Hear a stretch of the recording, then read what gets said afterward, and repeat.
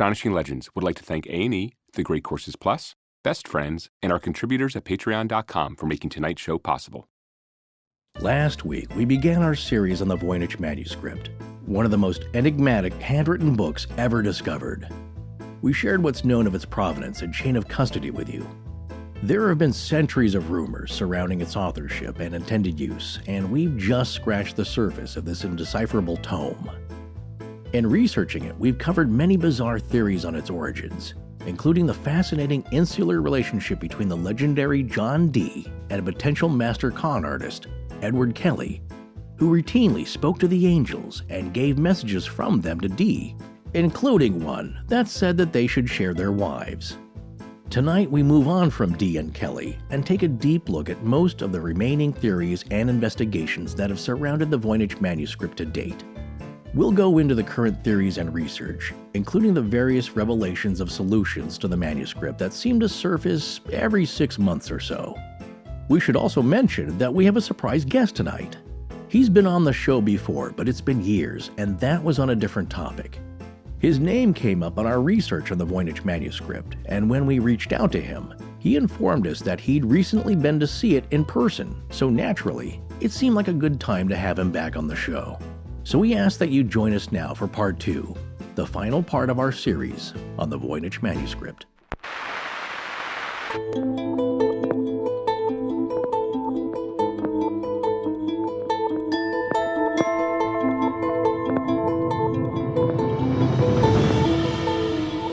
Welcome back to Astonishing Legends. I'm Scott Philbrook, and this is Forrest Burgess. We all want to know what the Voynich means, but most would-be interpreters begin with their own preconceptions, and their attempts to demystify the medieval past only serve to mystify it further, making the Voynich into a telling avatar of our vexed relationship with the past. Paraphrased from an August 14, 2019 Washington Post article entitled, "Why Do People Keep Convincing Themselves They've Solved This Medieval Mystery?" by Lisa Fagan Davis, Executive Director of the Medieval Academy of America. Join us tonight for the final part of our series on the legendary Voynich Manuscript. And we're back. That we are. We got a long show tonight, so I'll keep this brief. The first and most important thing is that we're dark for 2 weeks after this week's show, which usually means we get a lot of emails asking when the next show is, because in reality, 2 dark weeks means 3 weekends from this one. That's if you're listening to this the day we've released it. Good math. Yeah, thank you. I had to write that out, or I wouldn't have been able to do that on the fly. Right. But to make matters easier, I'll just say we're going to be back with a new show on September 14th. In other news, you may have heard Forrest teasing a surprise guest tonight in the cold open. We'll be hearing from him in a bit, but there's something else you should know. Yes, tonight's guest spoke with us a great deal about being in the company of the actual Voynich Manuscript, but he also had a few significant updates about an extremely popular series from our past. We took those updates and made them into a standalone, commercial-free mini-show that we're releasing exclusively for our $5 and above patrons at our Patreon page in just a few days. Yeah, so later on in the show, when you get to that part, you'll know what we're talking about. And if you want to check it out, head over to patreon.com/astonishinglegends. Yes, folks, and if you haven't already, check out our favorite podcast player, Himalaya, which is free to download and works on iOS and Android. And once you get it downloaded, follow Astonishing Legends to keep track of our newly published episodes. All right, let's get back to MS-408, the Voynich Manuscript. We talked last time about some of the older history, and we introduced the manuscript itself, and now it seems like it might be time to get into more current theories, more contemporary theories. Yeah, some of the more modern research that's been done, and what's interesting is that some of this research done by independent enthusiasts and independent scholars, as well as academics who have really put a lifetime of research into this document here. It's one of those things that fascinates so many people abroad. It's been claimed to be the most researched medieval manuscript ever that continues to be looked at and analyzed. What's interesting is that a lot of this research and lab work that's been done points back to these historical characters. That's why it's important, we thought, to cover them, at least all the major players. So you know who we're going to reference here later on when people say, like, I think I've solved it, it's this guy. And to hold on to that thought because it probably hasn't been solved yet. But one of the technicians who's appeared in that documentary that we mentioned, that's called The Voynich Code, the world's most mysterious manuscript, and that was directed by Klaus T. Steindl and Andreas Sulzer, and runs about 50 minutes. That was released in 2010, and it's available on Amazon Prime as of this recording, and it's free if you have Amazon Prime. It covers the whole thing kind of in a nutshell. But one of the technical experts who's looked into the manuscript is Richard Santacoloma. And his work on the manuscript will take a look back at a couple of those characters we talked about, because it gets back into the angle of the optics work done perhaps by Roger Bacon. Again, he's one of the big suspects here, and also to John Dee. And it applies to him because he also experimented with optical glass and crystal balls. And there is a theory that the Voynich manuscript is actually showing things that could only be seen under significant magnification, like images that can only be seen with a microscope. And so Richard Santacoloma has also studied the optical phenomena we talked about that appears in the manuscript. Remember when we said if you turn the page or you rotate one of the pages that's got one of those circular designs, they appear to move and animate, which is pretty cool. That takes a lot of thinking. It's very clever. He has studied that phenomena, and this is a quote from the documentary by him. At the time of Roger Bacon, the microscopes did not exist that could make the type of detailed observations that are seen in the Voynich manuscript. Some of the drawings, as you may see online, they look like cellular structures. Remember in biology class in middle school, you would take a look at slide samples and shavings of plant cells. It kind of appears that way. That's kind of the mystery of it. Is that what we're looking at? Is that why these plants are somewhat unidentifiable? Because you are looking at something more so approaching a microscopic level. That came along a few hundred years later when Antony von Leeuwenhoek did... Wait a second. Are you making that name up? I am not. You've not heard of him? Say it again. Antony I think it was Antony von Leeuwenhoek. Okay, it just sounds like Professor Doofenshmirtz. No, it's he's a dear friend of ours. You went to Evil Science School with him, I think. I did. We didn't really hang out, but I would see him in the student union building occasionally. Yeah, well, there you go. Well, Leeuwenhoek invented the microscope, or I believe is credited with inventing the microscope.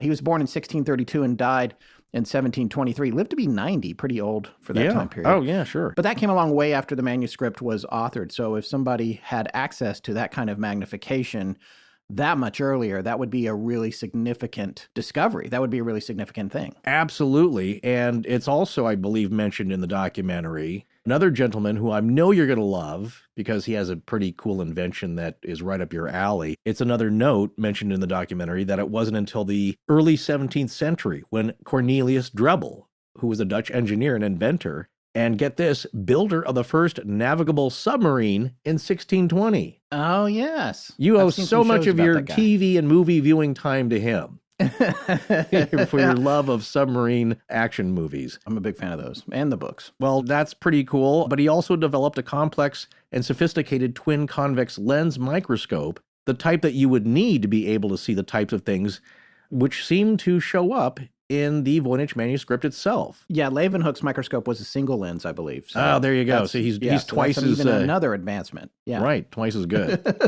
But this whole theory about the images being something that can only be seen with a microscope is not new. Some of this information really interestingly comes from an article, a Washington Post article called "Why Do People Keep Convincing Themselves They've Solved This Medieval Mystery?" And this is by Lisa Fagan Davis, who is the executive director of the Medieval Academy of America. And she regularly writes about medieval manuscripts on her blog, The Manuscript Road Trip. I really love her approach, so we're going to take a look at some analyzation about all these new and recent and continuing discoveries and declarations about the manuscript. But she notes that in June 1921, the monthly magazine Hearst's International announced that the University of Pennsylvania professor William Newbold had, quote, come upon the key to the secret cipher of the Voynich manuscript, and the truth of 600 years ago is coming out.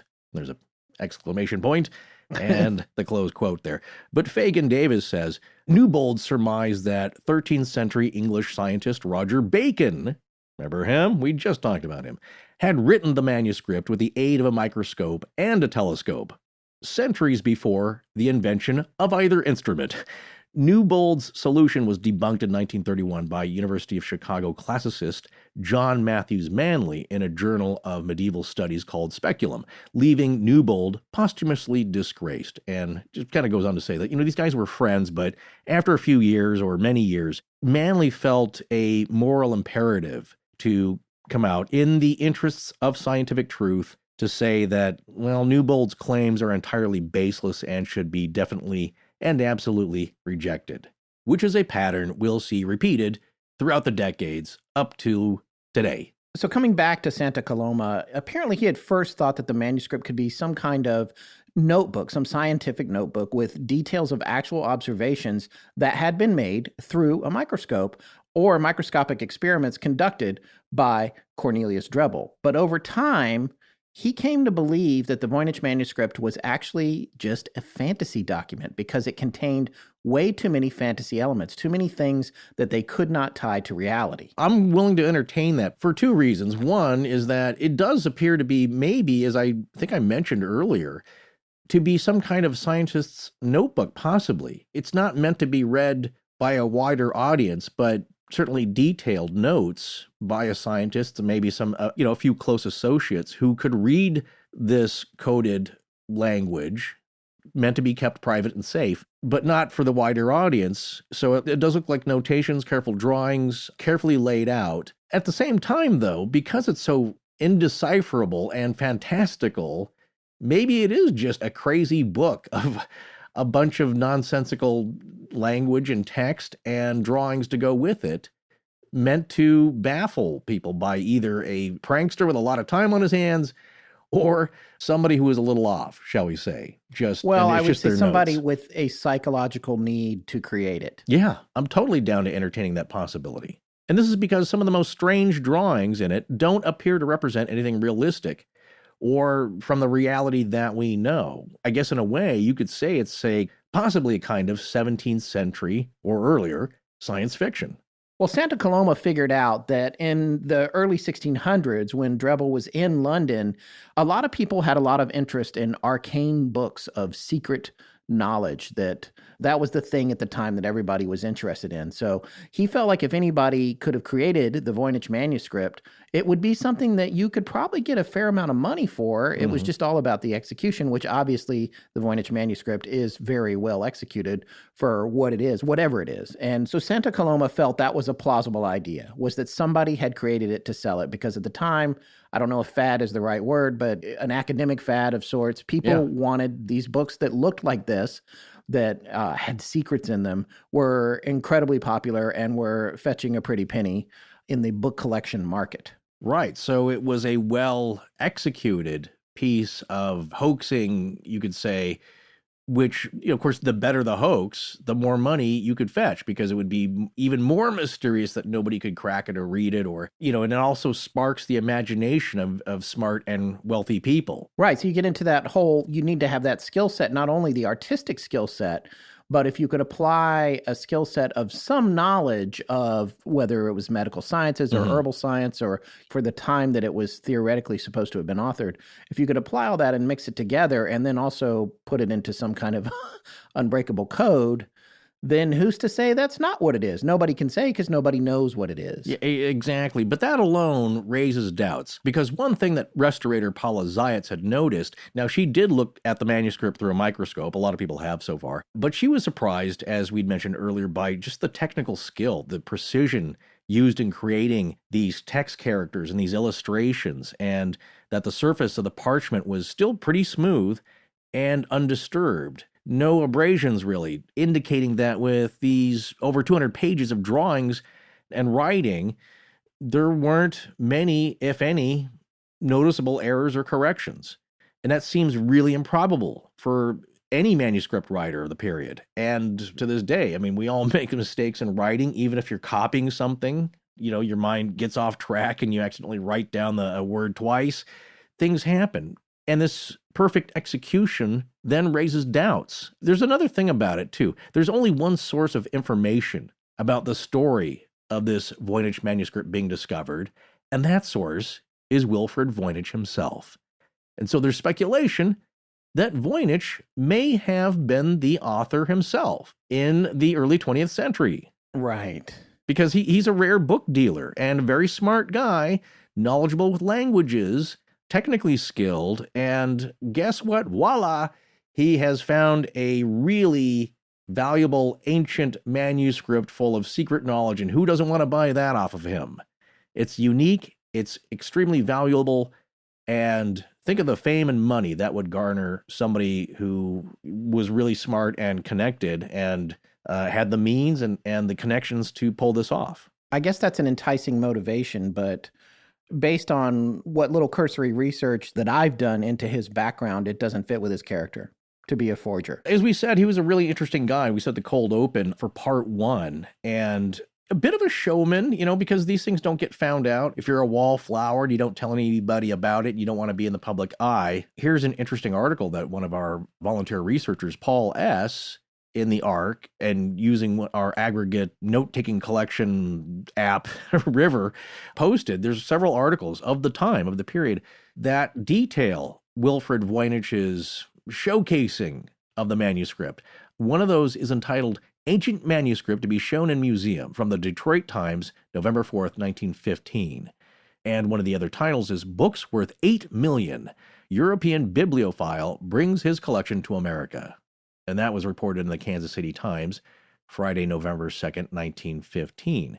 So apparently this Voynich gentleman took his show on the road. And by 1915, he was showing this thing off everywhere. And basically there's a bunch of different publications in newspapers and magazines around the same time, all saying the same thing. So he was making it known that he had found this thing, which again, you could say, look, he's just doing it because this thing should be known to the world. It may contain some really valuable information. On the other hand, the skeptics would say, well, there you go. He's drumming up interest and dollar signs are appearing in his eyes. But that's what they say about every single story we look at that you can connect to the person who discovered it or participated in it. The first thing everybody says, oh, they're just trying to make money. Oh, they're just trying to get rich. There's nothing you can do. Because if you don't take it on the road and publicize, well, there you go. He's keeping it secret. See? What's it all to himself? He's keeping it secret. It doesn't matter what you do.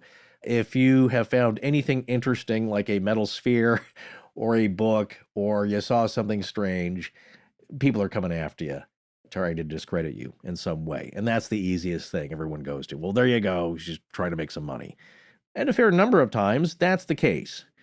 But getting back to the technical examination of the manuscript here, there's one gentleman, Joseph Barabi, and he's a materials science microscopy expert, and he, along with his team, have actually exposed a lot of forgeries throughout history. This is what they do. They look for forgeries, yes. Well, that's one of the things he does, yeah. So he offers his services, he and his team, and again, they take a look at it on the microscopic level, and they can tell. It's a forensic analysis. Yeah, right. So what he does as a materials science expert is he focuses mainly on the materials. What was this thing put together with? And he looks to see if any of the working methods are inappropriate for the time frame that the item, in this case the VM, was supposedly created. Yeah, and what's interesting about this is he's really taking a look at it on an elemental level, taking molecular samples and examining everything he can to get at the origins, whether it's the ink or the vellum, the paper that it's written on, whatever else he can get a hold of that he can do in a non-destructive way. He does have to remove particles for it, but it's very, very minimal.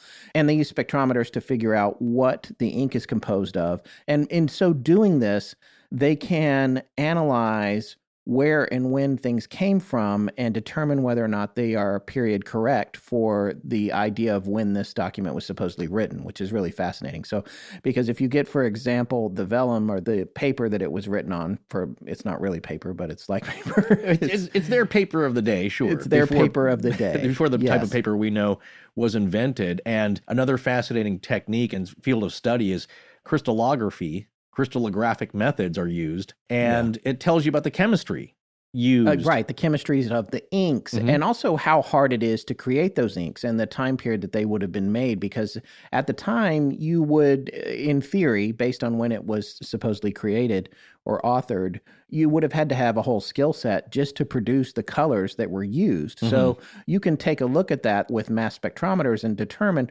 what kind of materials were used to make the colors and if those materials would have been present at the time that it was supposedly authored. Yeah, exactly. And with crystallographic methods, what you're determining is the arrangement of atoms in crystalline solids taken from these samples, and that tells you exactly what that sample is, which is fascinating because now you're really, you can say, drilling down on this thing. And to Barabi, if it's a forgery, most forgers, they found out, will make stupid mistakes.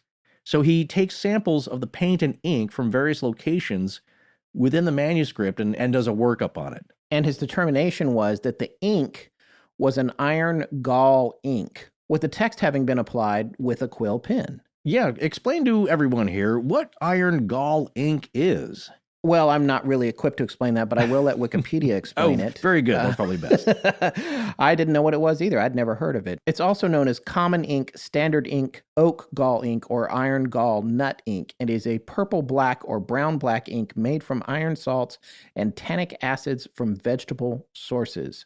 Like the gallotanic acid was usually extracted from oak galls or galls of other trees, hence the name. It was the standard ink formulation used in Europe for the 1400-year period between the 5th and 19th centuries, and it remained in widespread use well into the 20th century and is actually still sold today. Really interesting. Well, I love ink. Yeah. I love writing in ink and pens. Yeah, I know. I freak. told one of our listeners that you actually had a little bit of skill with calligraphy, and they didn't believe me. Yeah, because that's totally false. You should have told him that. That was completely erroneous. Well, you but do I have do very love the nice art of handwriting.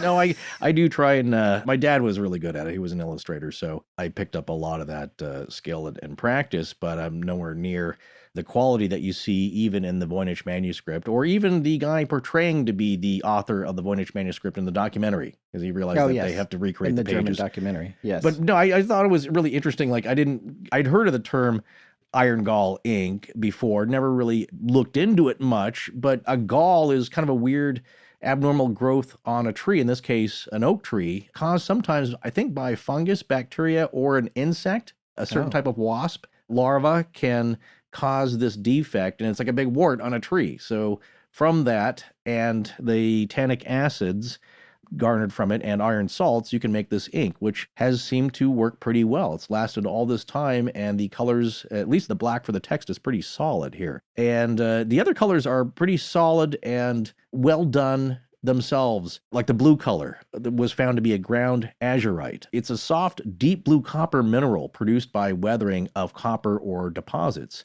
And the mineral, a carbonate, has been known since ancient times and was mentioned in Pliny the Elder's Natural History under the Greek name guanos, meaning deep blue. And it's the root for the English word cyan. You certainly know cyan as a video editor, I would hope. Oh, yeah. Absolutely. The red and the brown colors are iron earth pigments, red ochre with hematite. What they found is that the minerals which constitute the writing and the painting that are found in the manuscript are completely appropriate to the 15th and 16th centuries. And more importantly, they did not find any materials that would indicate it was a 19th or 20th century forgery. So that perhaps lets Wilfred Voynich off the hook. That also, like all these theories that compete with each other, takes Santa Coloma's idea that it was an opportunistic forgery and says that that would be, I guess not unlikely, but unlikely to have been produced at a different time period from when it was said that it would be produced. Exactly. So if it was a forgery, it was at least done in the time period. Right. There are some other things that they've noted here. The inks and paints, at least to Barabi, it seems, are authentic. Because in the past centuries, colored pigments were expensive and required complex knowledge and skill. So this thing was not sloppily put together. In a lot of cases, the colors used in the manuscript, Arabic gum was used to bind the pigments together, because you can have minerals, but you need something to make that powder actually into a paint. And applying the mineral pigments requires technical skill. And it took this skill to apply the colors with the care that is shown in this manuscript. So in other words, the author and the artist knew what they were doing in making an illuminated or illustrated manuscript.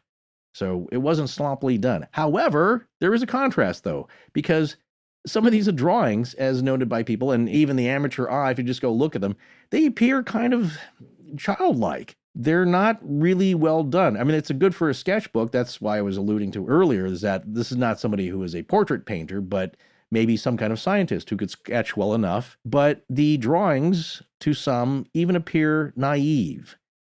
Well, like some of the examples of these childlike drawings would be like a little dragon that appears on a page, or the naked women with blushing cheeks. And they seem kind of crude. Yeah, the naked ones. They look like they were maybe drawn by a kid, or just in these types of drawings, they're more primitive and childlike, at least in comparison to the better drawn plants. Yeah, so there's a disconnect there that's interesting, because you have these plants, again, mixed fantasy and reality, but more fantasy than reality, but very detailed in their depictions that almost suggest the access to microscopic equipment. Mm-hmm.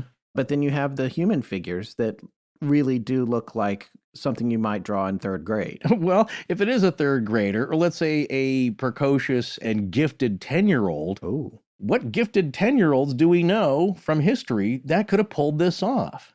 Well, there is one major theory about a young person who was very talented early on and turned out to be one of the greatest minds of all time.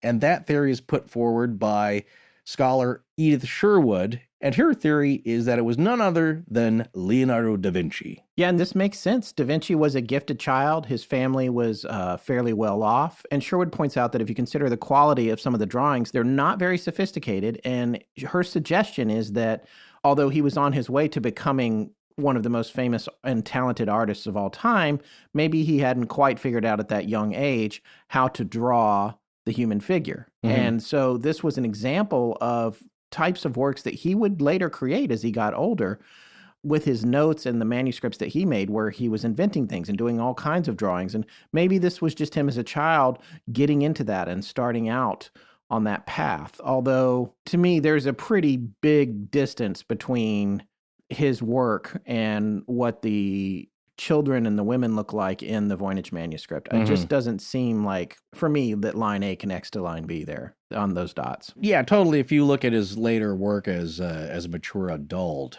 he certainly developed a style. But, you know, her thing is that, well, he's maybe, I don't know, 9, 10 years old, 11 years old. He's just starting out. He has ideas. And again, it's a little bit cheeky, you know, drawing nude women. And so kids do that. They like codes. They like hidden things, and they like experimenting with writing. And he was about all this stuff. So some of it looks sophisticated and some of it isn't. But there are a few things that did catch Sherwood's attention and make the connections to Da Vinci. One of them being an astrological chart in the manuscript showing 15 little nude ladies in a circle sitting in tubs, which look clearly pregnant to most people. And in the center of the drawing is a ram symbolizing the astrological symbol Aries. And so one hypothesis that comes from her statement in the film, the Aries symbol could stand for the month of April and surrounded by 15 pregnant women. And if each woman represents one day, the illustration could represent April 15th. The women are holding up stars in their hands, symbolizing birth, with one woman holding up her star on a striped ribbon that circles the drawing, and she's in her tub at a 10 o'clock position in the circular drawing. So would that event mean something for Leonardo? Well, possibly it's his birthday. He was born either on April 15th or 14th in 1452. He passed away May 2nd, 1519. So again, a young person kind of in code in some symbolic way marking their birthday. That's one of the points of Edith Sherwood's theory that she's worked up. Well, we're on to yet another fascinating lecture series over at the Great Courses Plus, and this subject is such a fit, not only for us, but our listeners. Yet again, but you can't go wrong with a series with a title like The Real History of Secret Societies. And we get asked to cover so many of the topics Professor Richard B. Spence lectures on. Oh, no, you're going to read a list again, aren't you? Maybe. But this isn't just any old list of titles. Come on, listen to some of the areas we're going to get to learn about. The Knights Templar, Freemasons, the Cthulhu Society, ancient mystery cults, the Rosicrucians, the Illuminati, the connection between Aleister Crowley, occultism, and espionage, Bohemian Grove, and the Bilderbergers. Whoa, nice work on all the pronunciations. Yeah, And thank you you. know what? I do want to know a whole lot more about all of those. And you just need to admit that you do love lists. I do love lists like that, but what I love even more is learning about the obscure parts of a topic that everyone's heard about but may not know about. For example, a lot of people that know UFO history have probably heard about George Adamski and his cultish group of followers during the UFO craze of the 1950s. Oh, yeah. And his alien buddy from Venus, Orthon. Right, but a guy who was part of his group of devotees was more interesting than Adamski himself, and that was then 25-year-old George Hunt Williamson, one of several names he would assume over the years. Williamson worked in public relations while he was in the U.S. Army Air Corps, and PR personnel were usually responsible for debunking UFO sightings back then. After that, he then traveled to an area near Roswell to study archaeology, or so he said. He was later recalled to military service and received officer commissions in both the Air Force and the Civil Air Patrol. The FBI found evidence that he was smuggling antiquities and maybe drugs out of Mexico, but didn't arrest him. Maybe because of what was redacted in his file? Who knows? But he was also later connected to a lot of ex-military and intelligence personnel. You know what? I think he was spying on Adamski and the UFO community. Bingo! Well, it sounds that way anyway. Yeah, I mean, it's a little like Richard Doty. I can't wait to dive into the rest of these lectures. Well, our listeners don't have to wait to learn about secret societies because for a limited time only, they can get a full month of unlimited access for free. They just need to sign up through our special URL, thegreatcoursesplus.com/legends. Yeah, what are you waiting for? Start your free month now. Go to thegreatcoursesplus.com/legends. That's thegreatcoursesplus.com/legends.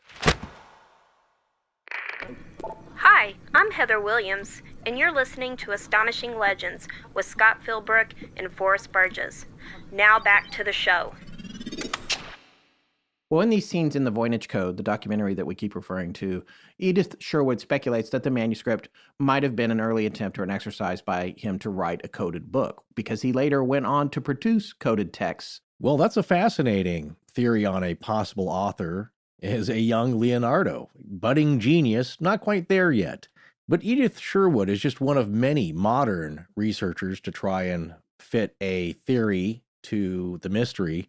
But of course, she's not the first researcher to really dive into the mysteries that may be in the lines of the manuscript. Of course, the first person in the 20th century to do that was Wilfred Voynich himself.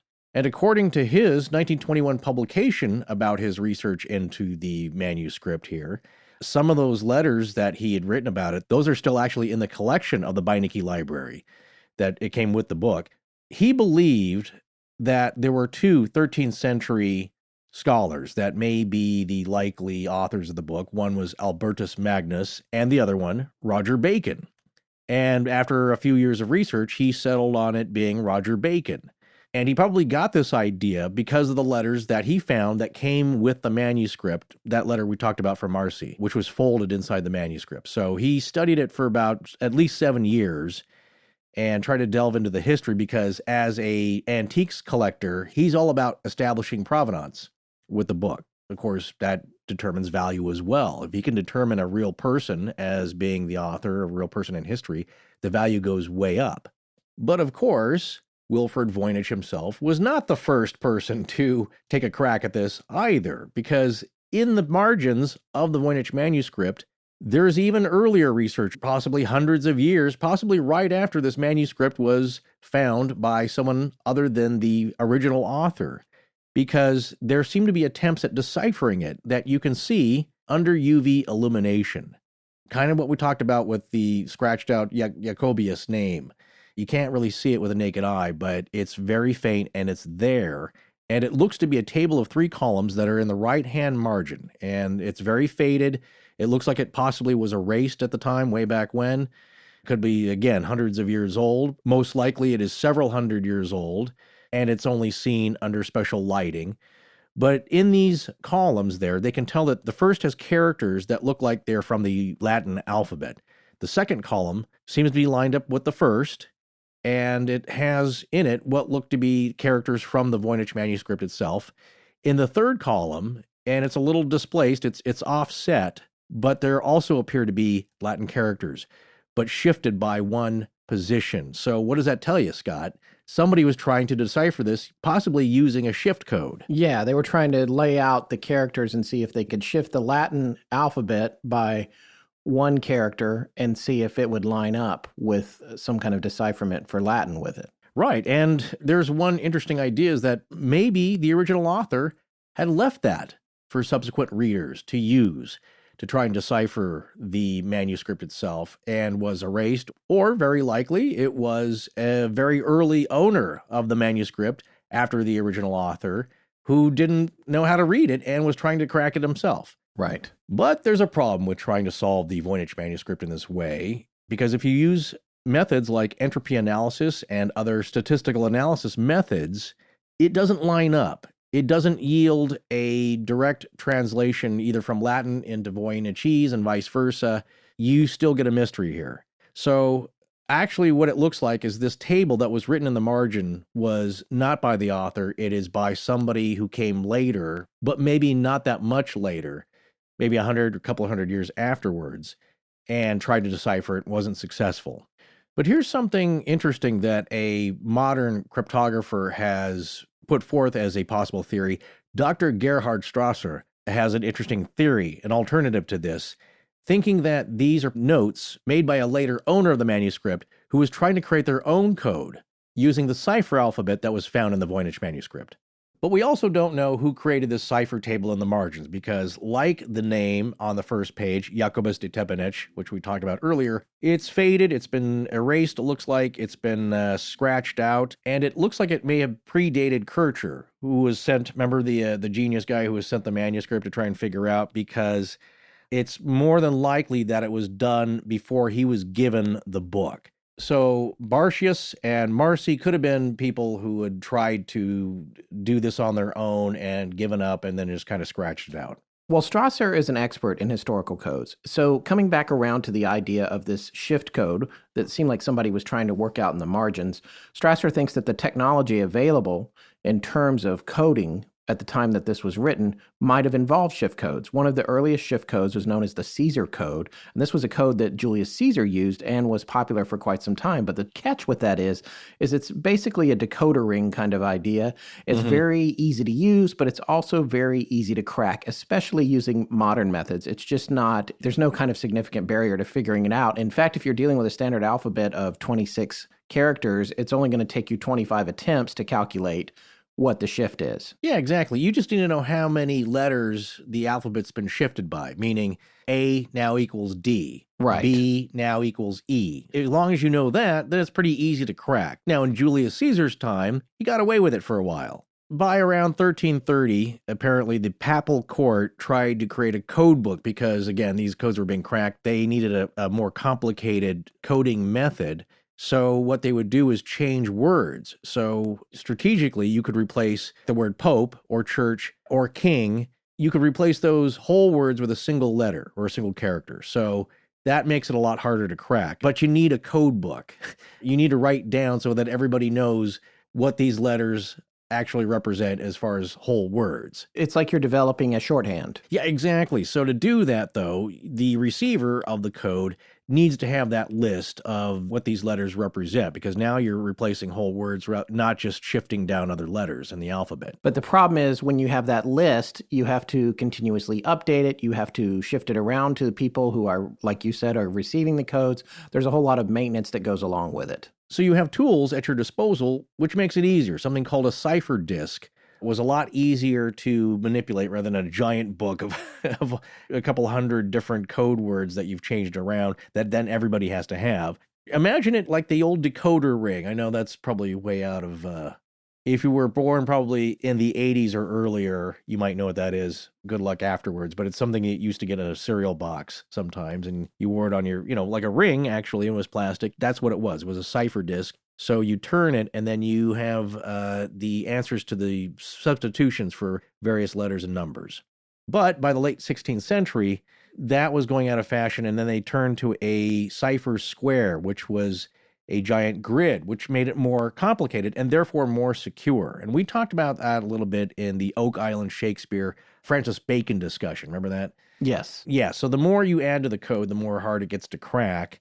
From our modern technological perspective here, we can, by use of computer, crack a lot of those. So as you see in the film, René Zandbergen asked Dr. Gerhard Strasser if any of these old codes can still be unbroken using our modern methods. And Strasser says, well, with enhanced frequency analysis, and you use computers, of course, to run the variations on that, you can crack most coded texts up to the 17th and even 18th centuries. So the 1600s and the 1700s, those codes we can pretty easily crack using a computer. But you need a critical mass of data to do that. And so 30 characters are not sufficient. You need more data input for the computers to effectively run the program here.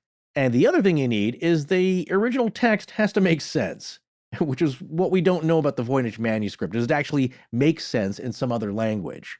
But what we can infer with that manuscript is that it is old enough that it should be able to be cracked. And it's interesting that no one has yet.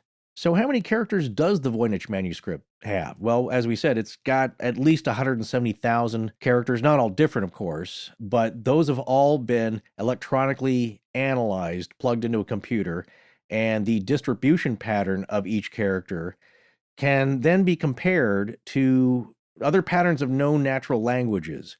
So what do they find when they do that? Well, some characters occur more often than others, kind of like how particular vowels in European languages occur more often than others. But the strange thing they found about the Voynich manuscript is that the letters do not correspond neatly with phonetic patterns of any natural language. You can analyze those characters and how often they occur and where they occur in the text, and it's not giving us any clue as to a similarity between that and any other natural language. So despite all the computers that we have and the technical tools we have at our disposal these days, no one can make any sense of it yet. All right, so this brings us to another gentleman who's done an analysis of it. He's a British professor. His name is Gordon Rugg, and he has degrees in linguistics, French, and a PhD in psychology. And his overall thought is that there's not any real cipher in the manuscript at all. And he is basing that on the fact that nobody has been able to crack it. And he's suggesting that since it's uncrackable, the message there is that there is no message. Yeah, it's a fascinating, and it makes sense to me, is that the reason we can't crack it, a cipher of this age should be crackable. We should have been able to see some kind of pattern at least and match it up with some known language. But the fact that you can't do that, there's another line of thinking in that you're not going to because there is no language. It doesn't make sense. He also had done a linguistic analysis of it, and he was able to reverse engineer the frequency and appearance of some of the word tokens that were in the document. And he found a method that seems to mate up with the way that the words are appearing in the Voynich manuscript. And this is called the card and grill method. And the idea of this is, if you're old enough to remember the old computer punch cards that computers had back in the day, you have a card kind of like that with holes cut out in it, little square holes maybe, and you hold it over written words, and you use those holes to choose words to write your code. And that's called the card and grill. I thought it meant it was an actual card and a grill, but it kind of is. It kind of is. It kind of is in a way, but it's Cardan, C-A-R-D-A-N. I thought it was card and grill as well. This is another thing that they demonstrated in that documentary. Is pretty amazing to check out. What he's saying is you can use this method to create a meaningless text, but it has the appearance of a language, or it works just enough to make you think that something is there, but it's not there.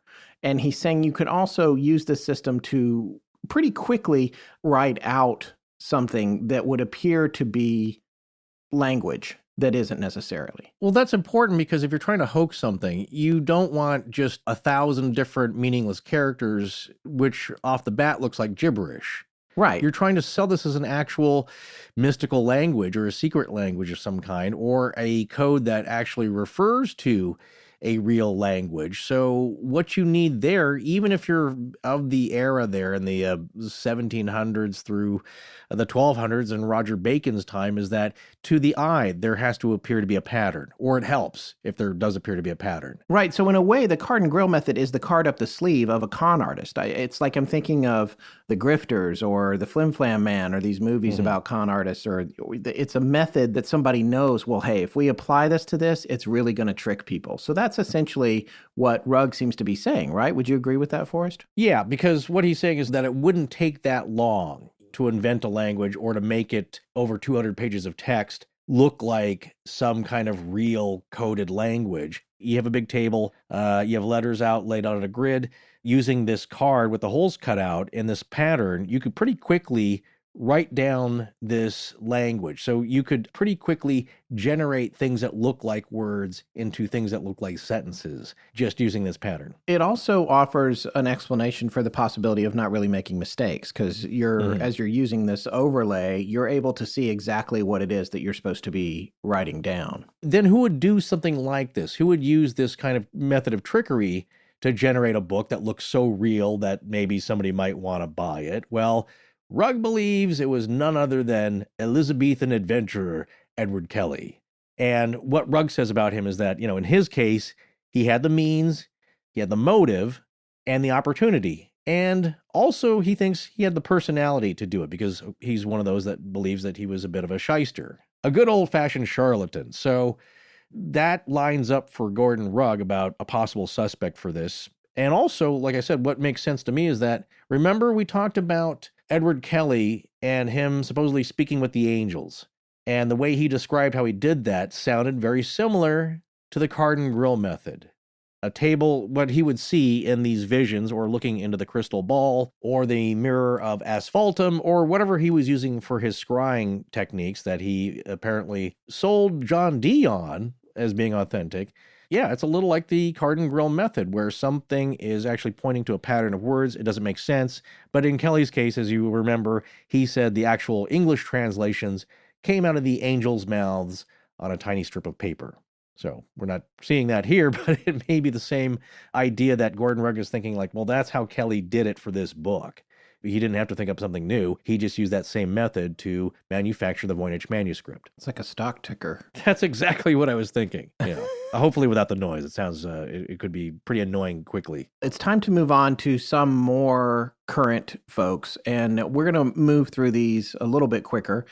These guys have all had a stake in the game with the Voynich Manuscript, and some of them have developed some pretty heady theories. The first person I want to mention is William Romain Newbold. Newbold was a philosopher who was actually famous for his lectures and writings on theological psychology, Christian Gnosticism, and cryptography. So that's how he got involved in this picture.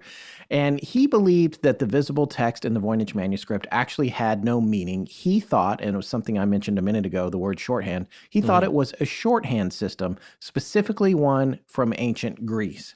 Now, if shorthand is something I feel like more people knew about that. When I was a kid, I know that my mom used to work for a legal firm in Colorado and Denver, and she had to know shorthand at the time. And this is an abbreviated symbolic writing system, and it's designed to allow you to write very, very quickly because the symbols can represent full words. And it's the same kind of idea that develops into stenography and what stenography is today for court reporters and that sort of thing. Right. What's the quickest way for us to write down what's being said without having to take the time to write every single letter of a word or idea. Yeah, you often see this in the movies and TV, when the old-fashioned reporter and they've just got a notebook and somebody's rattling off like, who they saw robbing the liquor store last night. They're kind of jotting it down really quickly. Well, you have to be accurate too. You have to be able to read your own notes when you get done with it. And if you've ever watched a court drama, maybe you've never been on jury duty, but you'll see someone using that little tiny machine on a stand, and they're doing it very quietly. I mean, for the other purpose is that you can't have somebody there sitting there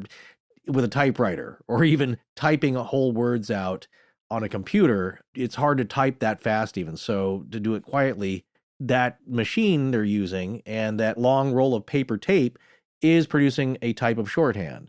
But yeah, it's a lost art. I'm sure a lot of younger folks don't even know what that is. But remember those steno notebooks there? Yes. Greg ruled, I think, and it was divided down the middle. That's what that's for. Well, Newbold was convinced that that's what was happening with the manuscript, and he deciphered full paragraphs, which, as far as he was concerned, proved that Roger Bacon was the author. Bacon, whom we've mentioned earlier, is the 13th century Franciscan friar and English philosopher. Remember that date range, by the way, the 13th century or the 1200s. But Newbold felt that Bacon had done this using a microscope, as to something we alluded to earlier, 400 years before von Leeuwenhoek invented it, the single lens one at the very least. Newbold's conclusions have apparently, however, since been dismissed as far too speculative. According to a language studies expert from the University of Chicago named John Matthews Manley, Newbold's approach to his conclusions was overly pliable, and therefore he could have made any theory fit, and in fact, the mistaken analysis is now chalked up to our old friend pareidolia. Which now people deny exists as well, so Yeah. I don't even know if that's a thing. The next guy I want to talk about is Joseph Martin Feely. Now, Feely he's kind of a minor mention here. He published a book in 1943 stating again, as many others had, that Roger Bacon was the author. His book was entitled Roger Bacon's Cipher, the Right Key Found. This idea, again, has been dismissed. We'll explain why later. The next guy I want to talk about is Lionel Strong. He's a cancer researcher and amateur cryptographer, and he said that the text had been written by a 16th century author named Anthony Oscom, A-S-C-H-A-M. Oscom published several books, including A Little Herbal, and Anthony Oscom his Treatise of Astronomy, declaring what herbs and all kinds of medicines are appropriate and also under the influence of the planets, signs, and constellations. Now, Strong passed away in 1982, and after he died, several of his papers were posthumously released, and they were thought to have demonstrated a far too subjective approach to his conclusions, so they've generally been discounted. Now we're getting into some of the more interesting folks. Robert S. Brumbaugh. He was a Yale professor who claimed that the manuscript was a forgery that had been made to fool Emperor Rudolph II into buying it, which is something that we've already mentioned before. And Forrest, it's not clear to me. I have to just go ahead and cop to this. This may have been the guy that came up with that idea. I'm not sure if he's the first one or not. But that theory, we've mentioned it a few times, and that again connects to Ed Kelly that we talked about before. Now, Brumbaugh's position is cited on page 37 of a paper called The Voynich Manuscript, An Elegant Enigma. This was written by noted American cryptographer, linguist, and cryptanalyst Mary D'Imperio. It was published in 1978. We actually found it online with the Defense Technical Information Center, which I had not heard of until we found this. The DTIC is a repository for U.S. Department of Defense research and engineering information. Here's the cool thing about it. The general public can see unclassified information through its public website, which we have a link to, including Brumbaugh's paper. Now, in this paper, Mary D'Imperio details Brumbaugh's approach and theories on the manuscript, trying to follow his logic and deductions, which is too much to get into here. But this statement on page 38 of the paper sums up her overview on Brumbaugh well. Quote, "There is just enough plausibility in the process to lead one on, but not enough to leave one satisfied." And she takes a very friendly approach to what he had concluded, but she just can't quite get there. And by the way, if you find this paper or you look at it from the link that we have, the front page of it is just so cool. It's all these stamps and Department of Defense stamps and stuff on the front. It literally looks like a prop from 3 Days of the Condor. But internally, I think this idea seems to come up a lot with the theories and hypotheses surrounding the manuscript. It doesn't quite get there. There's a lot of things that almost work, but nothing quite gets there. So I want to talk a little bit more about Mary D'Imperio a little bit later on. I also want to talk about Stephen Bax, B-A-X, and this is a pretty interesting thing. This is when we're getting into mystery solved territory, and this is an interesting idea how this all might work. Bax and Swedish-Australian linguist Sean R.L. King published an article in March of 2014 stating that they had translated 10 words from the manuscript using methodology that had been proven to work with Egyptian hieroglyphs. We have a link to that article. It's entitled Voynich F6V, Ricinus communis, the castor oil plant, ? And I'm not sure I'm saying ricinus, it might be ricinus, but it is about ricin. So ricin is made from the castor bean. Yes, a highly dangerous poison. And I know we mentioned the Jason Davis website before, Davies, because he had scans of the Voynich manuscript available on his website that were created by the Beinecke Library. And we're discussing a particular page in the manuscript here. And this is how you identify a particular page. This is going to be Voynich F6V, as mentioned in the title of the article. That means folio 6 verso, which means left. It would be F6R or folio 6 recto if the image were on the right side of the same page. So to find this particular image of the plant that we're talking about right now, you look in the Voynich manuscript at folio 6 verso on the left side, and we'll have a link to it as well. What's fascinating about this paper and this article is that it all centers around the positive identification of one of the plants in the manuscript, a castor oil plant. Now, it gets pretty detailed, but the paper cites several respected botanists and researchers over the years who all agree that F6V shows a castor oil plant, or as it would have been linguistically referred to at the time, Ricinus communis. Using that knowledge, they're then able to take that and decode the name of the plant on the page, and as a result, they were able to decipher around 10 words.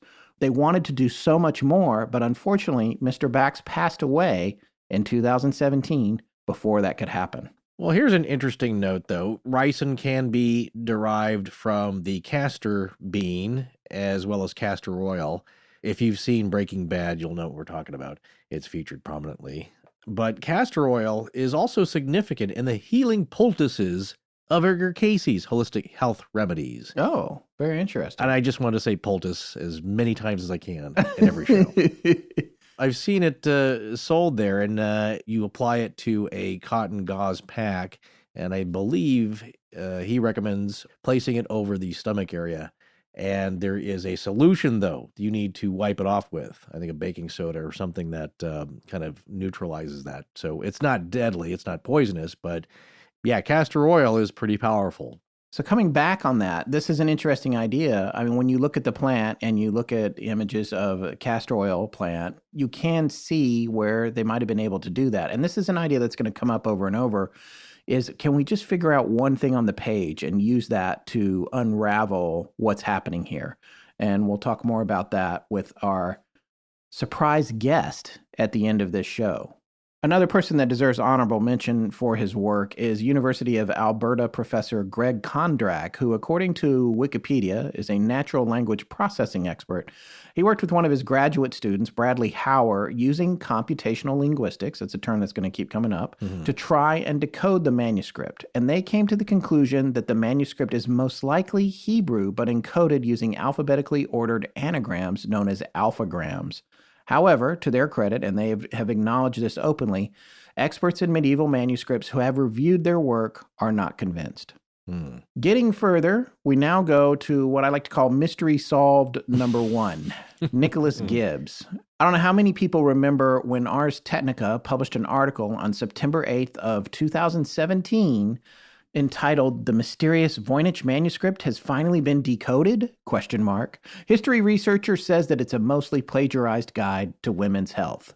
Mystery solved. And I'll tell you what, on that day, we got a lot of tweets and emails from people who are, have you seen this? Have you seen this? Twitter, Instagram, everybody was hitting us on Facebook too. By the way, never stop doing that. We love getting that information.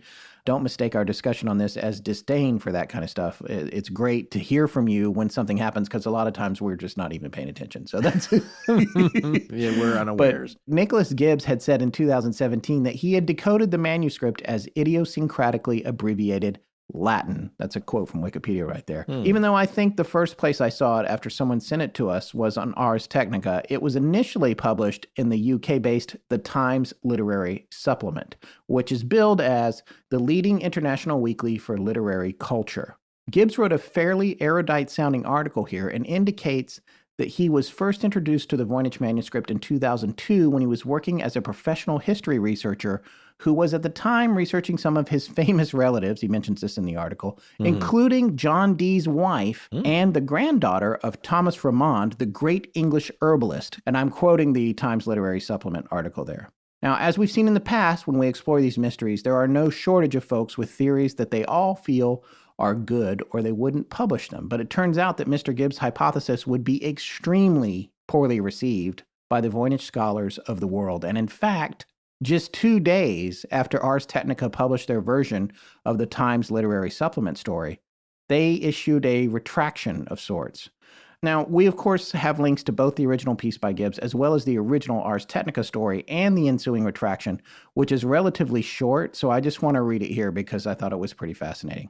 This article was written by Annalee Newitz and published on September 10th of 2017 at 2:35 in the afternoon, like you need to know that.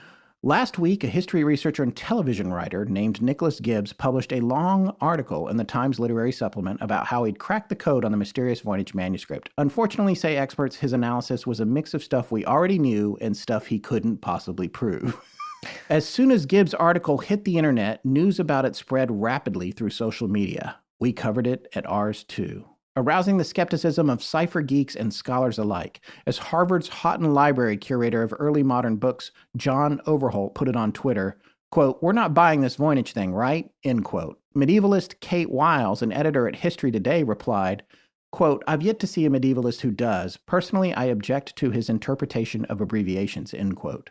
The weirdly illustrated 15th century book has been the subject of speculation and conspiracy theories since its discovery in 1912. In his article, Gibbs claimed that he'd figured out the Voynich manuscript was a woman's health manual whose odd script was actually just a bunch of Latin abbreviations. He provided 2 lines of translation from the text to, quote, "prove his point." However, this isn't sitting well with people who actually read medieval Latin. Medieval Academy of America director Lisa Fagan Davis, who will come up more than once in this, told The Atlantic's Sarah Zhang, quote, "They're not grammatically correct. It doesn't result in Latin that makes sense." She added, "Frankly, I'm a little surprised the TLS published it. If they had simply sent it to the Beinecke Library, they would have rebutted it in a heartbeat." Davis noted that a big part of Gibbs' claim rests on the idea the Voynich manuscript once had an index that would provide a key to the abbreviations. Unfortunately, he has no evidence for such an index other than the fact that the book does have a few missing pages. The idea that the book is a medical treatise on women's health, however, might turn out to be correct, but that wasn't Gibbs' discovery. Many scholars and amateur sleuths had already reached that conclusion, using the same evidence that Gibbs did.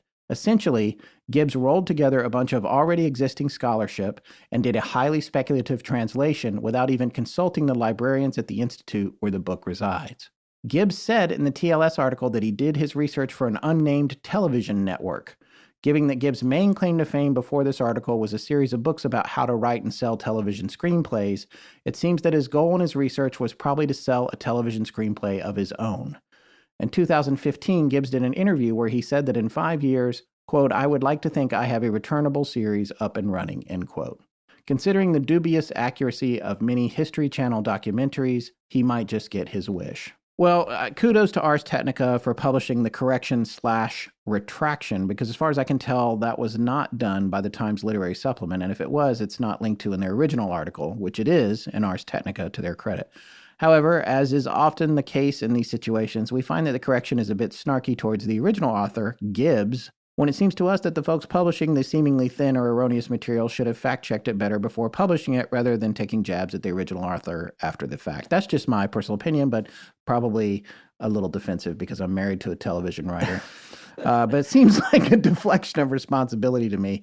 But as we always say, no matter who is doing the publishing, us included, be very, very wary of any variation of the expression mystery solved. Well, the idea, as stated by Lisa Fagan Davis, who, was the person who used to be in charge of all the correspondence and fielding all these questions about the Voynich manuscript when she was a grad student at the Beinecke Library. I like her approach because it's very even-keeled in that, you shouldn't outright discount a lot of theories coming from outsiders, which was one of the problems with Nicholas Gibbs' statement here and it being accepted, is that he is an outsider. He's not part of regular academia.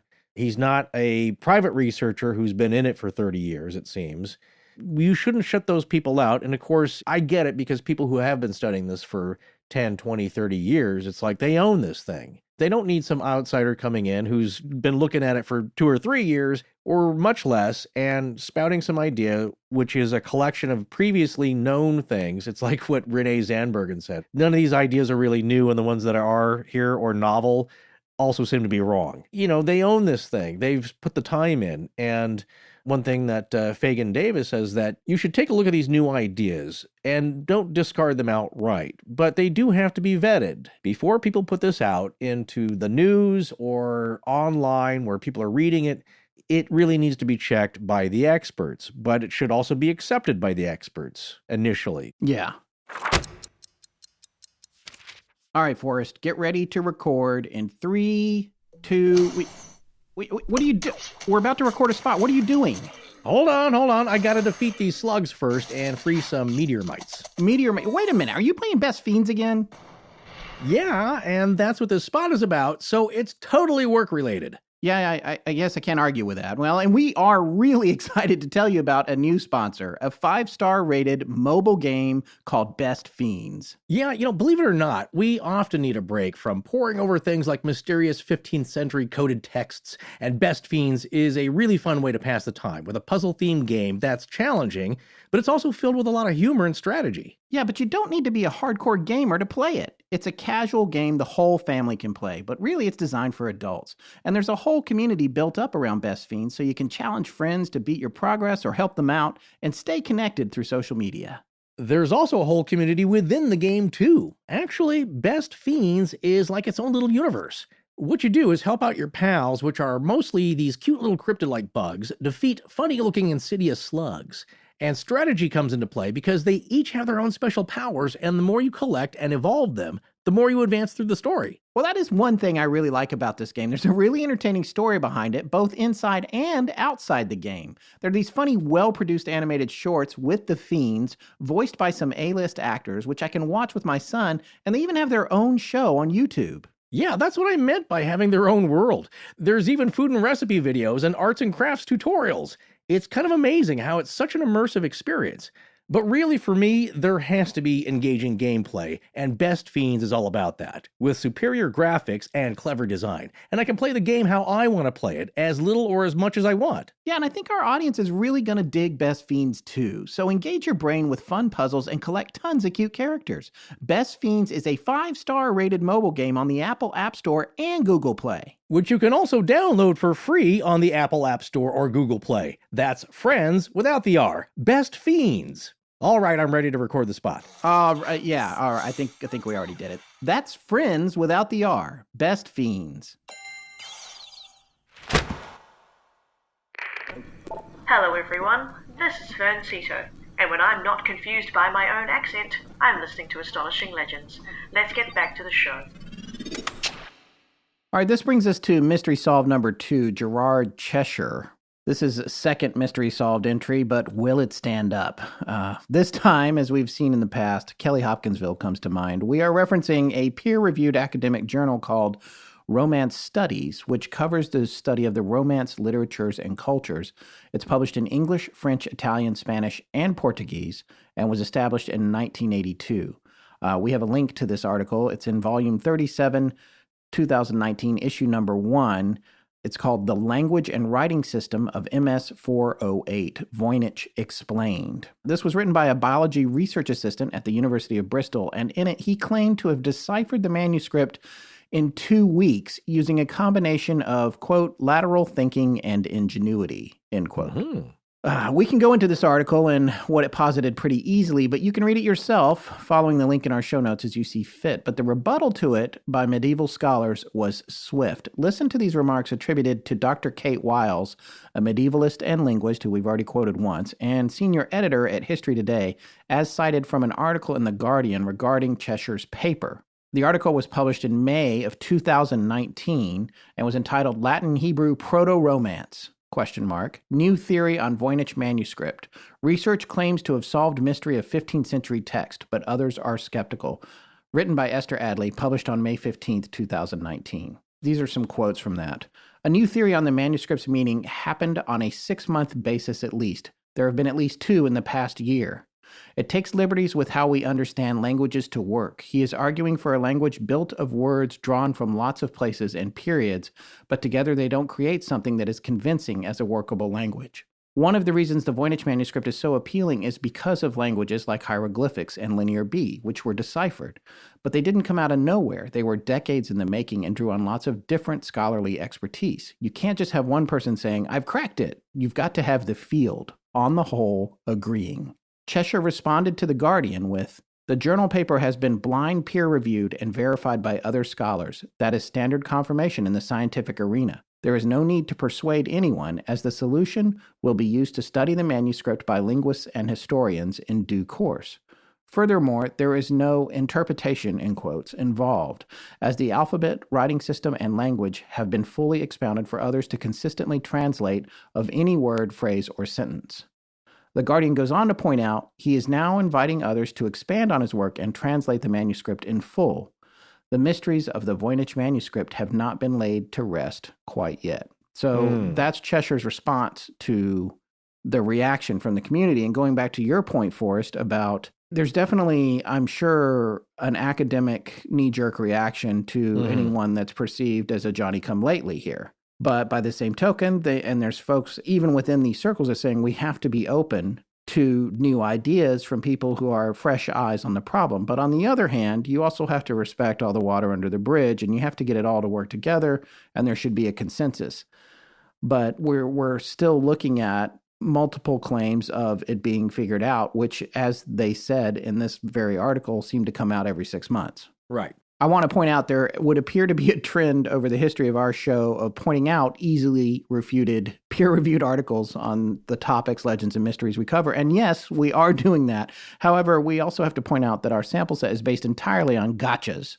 We're only pointing out the ones we come across that don't appear to stand up to peer-reviewed scrutiny. But you as a listener have to keep in mind there are an unknown number of articles, journals, and press releases that make solution-oriented claims that hold water. Our point is we don't have that kind of statistical analysis available, so we can't say what portion of these types of articles are in fact irrefutable and not based on what peers seem to think is thin reasoning. It's also important to note, however, that peer review is clearly not always perfect. What we have shown for sure is that mistakes can be made, and it's one thing for a blog or online journal to publish something without fact-checking it properly, and another for a peer-reviewed journal to do that same thing. Everyone makes mistakes, though, which brings me to my next observation that I think all of our listeners should remember. I make this one on my own behalf because I can't speak for Forrest. He can do that. He's right here. But in the confirmation bias department, I have to acknowledge the fact that my romantic view of the world prefers mysteries to remain unsolved unless they are absolutely categorically and irrefutably solved beyond a shred of doubt. So that means that whenever I stumble across a mystery solved publication, I will be predisposed to not believing it, and that brings me to the further observation that, as with all mysteries and researchers and academics, and well, pretty much everyone in the world, including me, there are egos involved, and no matter who claims what, true or not, there will always be a backlash to a big claim, whether it's right, wrong, or unsolvable. So listeners, all I ask is that when you're out in the world tackling these mysteries, exercise caution when something says or implies mystery solved, whether it's a press release, a blog, or a journal entry, peer-reviewed paper, or even an entertainment-oriented podcast rooted in cursory research. Be wary. Oh, well said, sir. And on that note, mystery solved. Actually, one small part of it. Because something has been found out, dear listener, which you may have wondered if you know anything about the Voynich Manuscript story, what's happened recently, or have read about it. You may have wondered why we didn't mention it at the top of the show. Well, because it's one of the big reveals, and it's revealed in the documentary. But we thought, well, let's just let these theories play out, because some of them are pretty interesting. They're not all crazy. They may hold some weight, but there's one simple test that can be done that can shed more light on this and reveal some theories to be more plausible than others, shall we say. Well, in the documentary, as you'll see, and again, I think the testing was actually done in 2009, then it was filmed, and then that came out in 2010, so I believe the actual date of the testing was sometime in 2009, and as you'll see, Greg Hodgins, who is currently an assistant professor of anthropology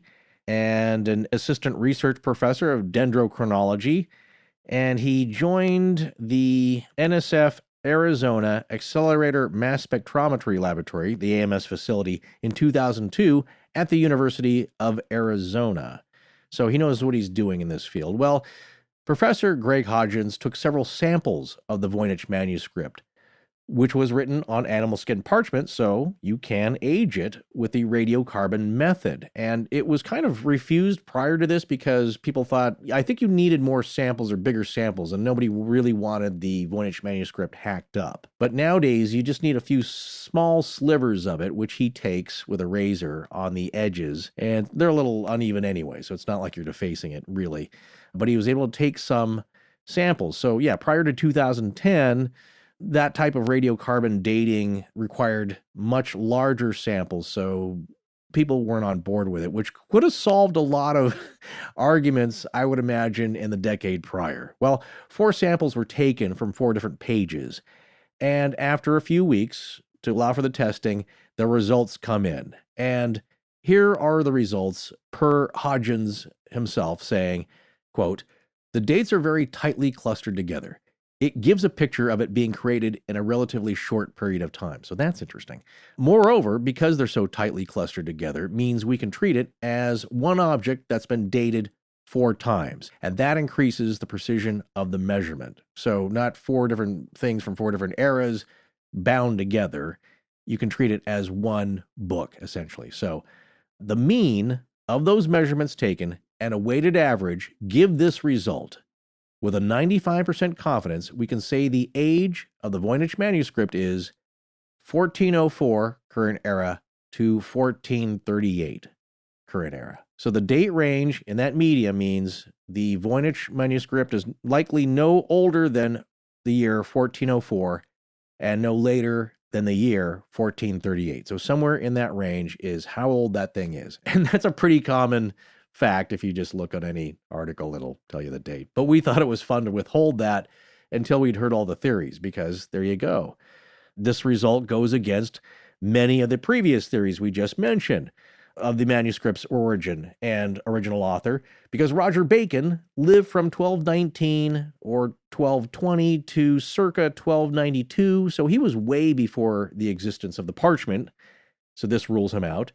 Jacobius Tepanich lived from 1575 to 1622, and therefore it's unlikely he could have used parchment that was around 180 years old, although modern forgers have been known to use very old materials to fool date testing.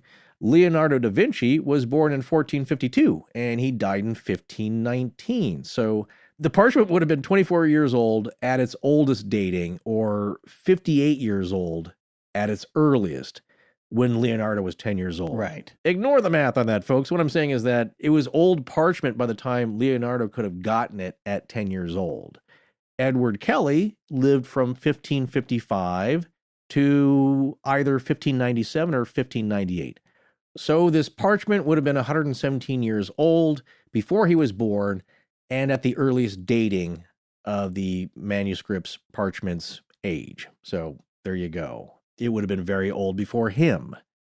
So it's possible we think that some suspects who came 30 to 50 years or 180 years after the parchment's creation could have gotten a hold of some very old parchment or vellum and used it to create the Voynich manuscript, either unknowingly, as a young Leonardo da Vinci might have, just goofing around. It's like, hey, Dad, can I have some parchment? Like, yeah, there's an old stack. It's about 50 years old. Have at it. Maybe that's likely, maybe not. His family had the means for good, decent parchment of the time, and they had the means to buy expensive inks and pigments for him to goof around on, so it's not like he's scrapping around. And if he was trying to hoax something, yeah, you would try to do that. But at that time, he would have been 10 years old. I still maintain, having now had a kid, you can look at the drawings of the child and probably map out where the kid is going artistically, I think, by the age of 10. Yeah. And I think it's pretty obvious that whoever drew those people in the Voynich manuscript was not destined for greatness when it comes to drawing people. So I'm just... The bathing ladies. Well, I just don't see it. So that's my biggest problem with Edith Sherwood's theory, by the way. So we've seen a lot of artists send a terrific piece of artwork related to the show and not. And of course, we have seen artwork ourselves. And, sometimes really good illustrators are not that great with lettering, and sometimes great letterers are not that great sketchers. And then a lot of times you do have a combination where you can letter very well and also sketch very well. So, if you look at the sketches in the Voynich manuscript, it looked like this person was very good at lettering, quite a draftsman, but the sketches leave a little bit to be desired. Then again, you wonder, I don't know, think about this. If you're trying to avoid too much heat, shall we say, from the church, how accurately do you really want to draw those naked ladies and anatomical correctness? First of all, stop saying naked ladies. Secondly, that's actually that's the way it's spelled here. I'm sorry. That is You just spelled it. Nekkid. You wrote it. It's possible. I'm not going to say one way or the other. It's just how it is here in the notes. But that's actually a really valid point. I hadn't thought about that. It's a safe way to draw naked ladies. Yeah. Let's say bathing ladies, who have crowns on their heads, holding stars with ribbons. It is kind of airy-fairy. It's a little childish, sure. But like I said, that wasn't the style of the day either. People weren't getting into really representational figure drawing until centuries later. So that was kind of the style of the day. And as we said earlier, if you were going to create a manuscript of something in, let's say, the 1600s on, the styles had changed. And it would be unlikely that you would go to an earlier style 100 or 200 years earlier to make an important document like that. So that seems unlikely. Now, here's something that I mentioned to pay attention to at the top of part 1. So you could think that Edward Kelly, he may have gotten of course, they did not have radiocarbon dating, but it's like, well, he wants to make this look old. He's going to try and sell this to Rudolph II for 600 ducats, or someone did, or that's, again, then that letter that was in the book. That's what was rumored to have been the price that Rudolph II paid for this book, quite a bit.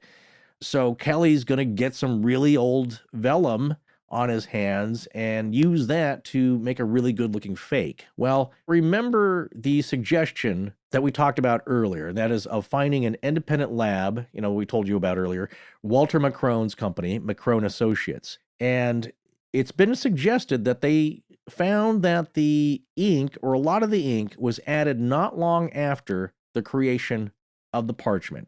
Although this finding didn't end up apparently in their official report. So it's not official, but that's one of the findings that's reportedly happened by Macrone Associates. And they also found that the paints used in the manuscript were made of materials that could be expected to be of the manuscript's period in European history.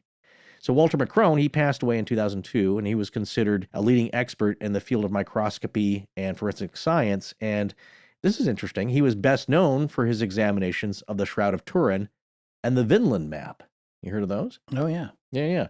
So seems to be, he knows what he's talking about. So if it's, again, that's not official, but the inks used and the paints were not hundreds of years later or 180 years later after the creation of the parchment itself. So that seems to point that the ink and the paint were laid down not long after that parchment was skinned and tanned and made into paper of the time. So there you go. None of the existing theories of the manuscript's date prior to 2010 were able to or had taken into account its existence in the early 1400s, taken at an average to have been written around 1420. So if you go right in the middle there, let's say 1420 is the date of the Voynich manuscript of its creation. That's one mystery solved with modern science that puts in light the veracity or the likelihood of a lot of these other theories. And so that's been known for a while. Well, there is one detail, however, in the drawings of the manuscript now that, in light of that date range of, let's say, 1420, which gives it new meaning. And in the over 200 pages of illustrations that are in the Voynich manuscript, there is only one realistic representation of some kind of city. And this is a city that is pictured to have towers and turrets on a V-shaped crenulated wall, meaning, those, what I'm talking about, right? The ramparts. The notches where archers, yeah, exactly. Archers could shoot the out of... swallowtail ramparts. I remember that from the documentary. There you go, exactly. So these are swallowtail battlements. That's the shape of it, where it's kind of a soft folding in V shape, where an archer could fire down arrows onto attackers.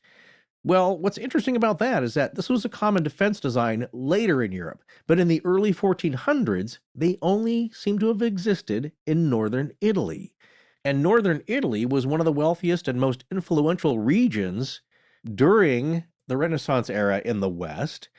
And the research prior to this radiocarbon dating, it didn't have the context of a date period. So it made it hard. So people didn't know, is this okay? So it's a fake from the early 1700s to Roger Bacon's time. Maybe that's the 1200s. It's really hard to piece this together when you don't have a solid date. So now that we have that, it makes that drawing as a little anchor point at least.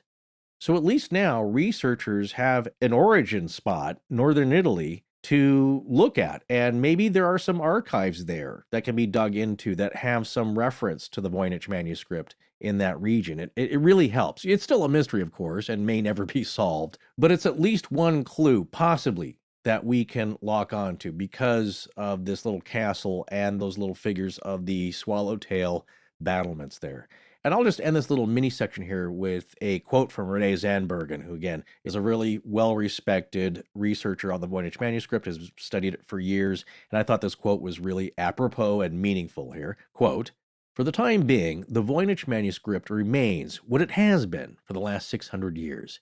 It's a hall of mirrors, reflecting each researcher's own imagination without ever allowing him a glimpse into its inner secrets." End quote. And I thought that that's it. It shows you what you want to see if you have a theory. You can find your theory fits in the pages there because it is so vague and so mysterious. You'll find clues that make it fit your theory. And that's maybe all it's ever going to give anybody. This rules out Roger Bacon as well. Yes, once again, Roger Bacon was born around 1219, 1220, and lived to around the year 1292. Right, okay. He was on the planet before the animal that gave up its skin was alive. So you can go backwards saying like, okay, maybe you found a stack of 200-year-old parchment and you were able to, make inks. Say you were going to create a letter, a famous letter by somebody, and you studied the handwriting and all that, but you know that it's going to be carbon dated. So what you do is you find a book from that era really close, like a blank page that books have in the beginning at the end. You cut that out, use that paper, and then maybe you take another one of those sheets and you burn the paper and you make a carbon ink out of it. Yeah. So when it's tested, it's like the date's going to come back. It's like, well, there you go. That's from the date. That's possible. This paper existed when this person wrote this famous letter that this somebody's selling for thousands of dollars. So that's an interesting trick. So you can go backwards, but Roger Bacon, yeah, he couldn't have written it. The skin did not exist yet for a long time. That actually reminds me of a film that came out recently called Can You Ever Forgive Me? Which is, I would say, right, if you haven't seen that, check it out. Melissa McCarthy in a dramatic role. Yeah, she's terrific. Directed by Jorma Taccone's wife, who we had on for the Patterson-Gimlin series for a little bonus show there. Yeah. So interesting little cross-section there. Everything's connected, but in a weird way. The reason I asked you to reiterate that stuff about Roger Bacon was because I thought it was pretty fascinating that Mary D'Imperio, who wrote that paper that we got from the Defense Repository, wrote in 1978 that she didn't think Bacon was a possibility way back then, way before the carbon dating happened, which I thought was pretty impressive. A little background on her. She has degrees in comparative philology, which is comparing languages to see how they may be related, and classics. But she apparently thinks of herself as more of a computer programmer and is noted for creating the TMAC language for computers, also known as Text Macro Compiler. But I wanted to read this quote from that aforementioned paper that we referenced earlier, the Voynich Manuscript, An Elegant Enigma, which was written in 1978. Quote, "Coming now to the question of Bacon's possible authorship of or connection with the Voynich Manuscript, what, if anything, can we conclude? I feel, although I cannot support my view with any definite evidence, that his authorship is highly unlikely, not only because of the great disparity of dates between Bacon's life in the 13th century and the probable origin of the manuscript in the 15th or 16th century. I base my opinion also on the impression I have gained from a careful study of what is known about his life and his writings, including an attempt, necessarily rapid and inadequate, to sample his own published works in original Latin.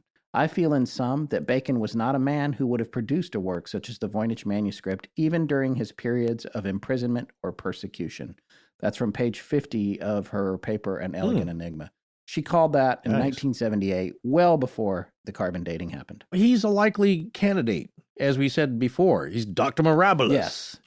Come on, man, you got a title like that? Like, surely he could produce a book like that. And, it's why a lot of people who really have studied it previously, I don't blame them for thinking he's a good candidate, because Wilfred Voynich himself thought, this guy, yeah, he's got the smarts. He's dealing in these kinds of esoteric subjects that needed to be coded. He got in trouble with the church before. So who could have done this other than a really smart person with the means and the motive, the knowledge to have done this? It all kind of lines up, and you're going off of very scant information anyway. So I don't blame people, but yeah, that was pretty astute of her to rule that out. Well, now we get to have a very, very special surprise on the show, which we alluded to at the top of the show, and we didn't tell you what it was. And that was that we are having Professor Derek Abbott, who was our guest during the Somerton Man series, back to talk about the Voynich Manuscript. Yeah, I'm not sure if I was aware of his interest even in the Voynich, but it makes sense. I was just a little surprised that his name popped up. But we had talked with him about just trying to decipher the Somerton Man code and the intricacies of that, of course, and in trying to find the right publication, the right printing of Somerton Man's copy of the Rubaiyat of Omar Khayyam. So we knew he was into that. I didn't put that together until I think I was just doing a search, and I saw that, like, oh, well, look, this is familiar. The electrical engineering department at the University of Adelaide. Yes. I think we know somebody from there. And then it's like, and here's a student, McInnes, and oh, yes, there's his professor, Professor Derek Abbott. And then it all kind of clicked in. It's like, that is so cool. Yeah, it all connected back, because Professor Abbott has expertise in computational linguistics. And so we reached out to him and said, hey, do you want to come on the show and talk about this? And he said, well, not only would I be happy to come on the show, I recently went and saw it in person. So without further ado, we're going to bring back Derek Abbott to talk about his personal experience with the Voynich Manuscript. We would like to welcome an old friend of the show back who has not been on in quite some time. Those of you who have listened to our entire back catalog may be familiar with him. Professor Derek Abbott, thank you so much for coming back on the show. It's a pleasure. So we had reached out to you because in our research for the Voynich Manuscript, we came across a paper written by one of your former students that you appeared to be involved with regarding an analysis of the manuscript. And I know that you have some experience with linguistics and analysis, and particularly coded texts, based on the experience that we have just talking to you about your academic background, but also about the Somerton Man case, which we had you on for. Can you tell us a little bit about what your intersection with the Voynich Manuscript has been, and especially most recently, as you were telling me when we reached out to you? Yeah, so I've known about the Voynich manuscript for, I don't know how many years now. I think it's over 20 years, and I was always intrigued by it. So I think it was about 5 years or so ago that I started setting it as a project for my students. Now, that sounds very ambitious. Of course, my goal was never to kind of crack it. My goal was, how can we use computational techniques and tools that we have in the field of computational linguistics? And for those of your audience who don't know what computational linguistics is, it's the whole area of study that, say, goes behind apps like Google Translate and stuff like that. So it's a very big, hot area. So I was thinking, as an engineer that deals with these sorts of things, I was thinking, well, maybe we got some tools that we could throw at the Voynich, not to crack it, but to quantify it, get some statistical understanding of the letters and words and their interrelationships, and maybe just be able to, when you got a whole tangled ball of thread, you just want to find the end, right? Yeah. Right. So what I want your listeners to visualize is that this Voynich manuscript is like somebody's just put a huge tangled ball of thread on your lap and says, okay, figure this out. The first thing you got to do is find an end, find something you can hold on to that you know. And so that's what I think the job of a Voynich cracker is. We got to find an end that we can all trust. And once we found that, we can kind of unravel it. So my objective was not to unravel it, but just to find some anchor point. So I got my students to try various different things on the Voynich. One of the things we've done in my group in the past is to examine the book of Hebrews in the Bible, because there is a lot of disagreement among scholars. Did St. Paul really write this or not? The canonical belief is that it was St. Paul, but many scholars have debated this over the centuries. So we've done work looking at this sort of problem and computationally. Also in America, I've forgotten the name now, those letters that your Constitution is based on, written by Madison and those guys. What are they called again? The Federalist Papers? The Federalist Papers. That's the word I'm looking for. Is it? Good job, boy, Forrest. Jackpot on that. I knew you guys would know American history better than I do. Boy, that's the only bit, yes. And so we examined the Federalist Papers because, there's a big disagreement between scholars on who wrote some of the Federalist Papers. Some of them are in dispute because it was actually kept secret. And these three guys in America did not reveal who wrote which one. There were three of them altogether for reasons best known to themselves. And I think the story, you should do a whole podcast on the Federalist Papers one day, but there's an interesting story in that I think diaries and things were found after these guys had died, but what they had all written about who wrote what contradicted each other. So it's like their memories themselves weren't quite right. And so we've kind of done analyses of these sorts of problems. And one of the things we've been really interested in doing, both on text and also on DNA sequences as well, because you can think of a DNA sequence as a fancy code or a long piece of text. And we using this technique called word recurrence interval. And what that is, I'll just explain that simply.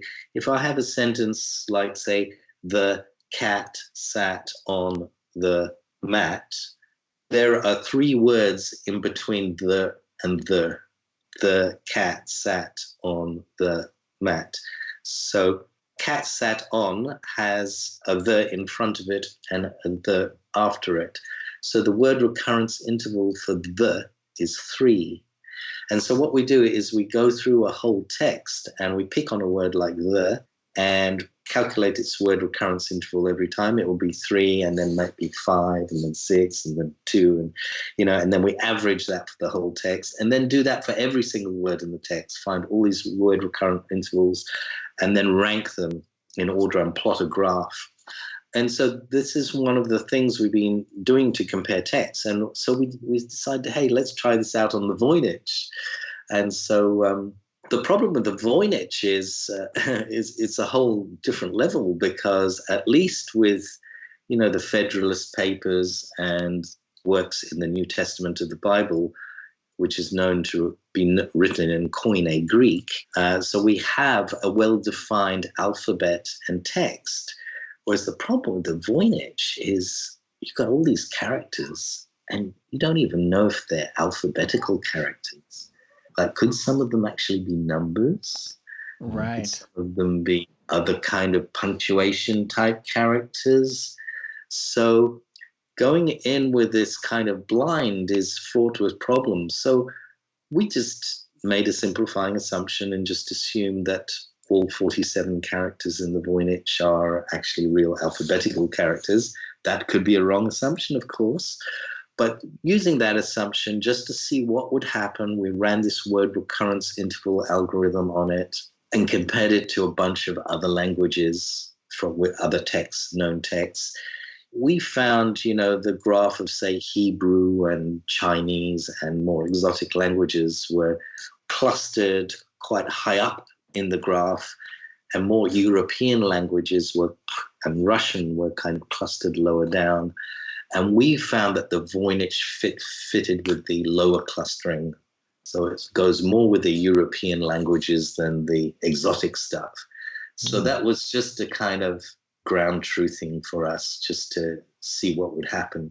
But, there are hidden assumptions in that, and those assumptions could be right or wrong. But then when you look at the manuscript itself and see the pictures, you get a feeling of, hey, this is European. Yeah, it does have that feeling. It does have that feeling. And, there's a lot of European culture in there. You can see signs of the zodiac in there. You can see pages where that's drawn out, and you can clearly see like a goat and other symbols associated with the zodiac, and it's divided into 12. So these are things in more European culture. So you kind of expect that. And it was, of course, first found in Italy in 1912. And it's written in a very European way, like the writing definitely goes from left to right, and you've kind of got a clean margin on the left and a more ragged margin on the right. So, it's read in a very European way. It's not like up and down like Chinese or something, or backwards like Hebrew or Arabic. So, yeah, there are many pointers there that point to it being European. So that's basically what we did with it initially. And so we've done lots of different tests, kind of trying to check out different things. We kind of did letter frequencies of different characters and found that there are a couple of characters in the Voynich that tend to appear at the end of sentences more often than others. And then when we draw the bar charts of their frequencies, there's a huge spike there. They appear a lot. And then if we do the same bar chart for, say, English, and not only include the letters of the alphabet in English, but all the punctuation and stuff like that, there are a couple of punctuation characters like full stop. There's a couple that kind of spike very highly in the bar chart. And so it's making us think, hey, maybe these couple of Voynich characters are really punctuation characters, because it has the same property that you see when you do English and you find these punctuation characters spiking at very high frequency. We can't say for sure, but we can say, hey, maybe. Another maybe we came up with, and I was kind of inspired, you should maybe do a podcast on this too, is the guy that cracked the Mayan code. Do you know about that? No, I do not. You got to do it. Oh, okay. He won the MacArthur Prize for that. Wow. And it was an amazing bit of work. The weird thing about the whole Mayan code is it's got 800 characters. Oh, my God. And so it's like, what? Normally, alphabets that we know of, somewhere between 20 and 50 characters. And so, like 800, what's that?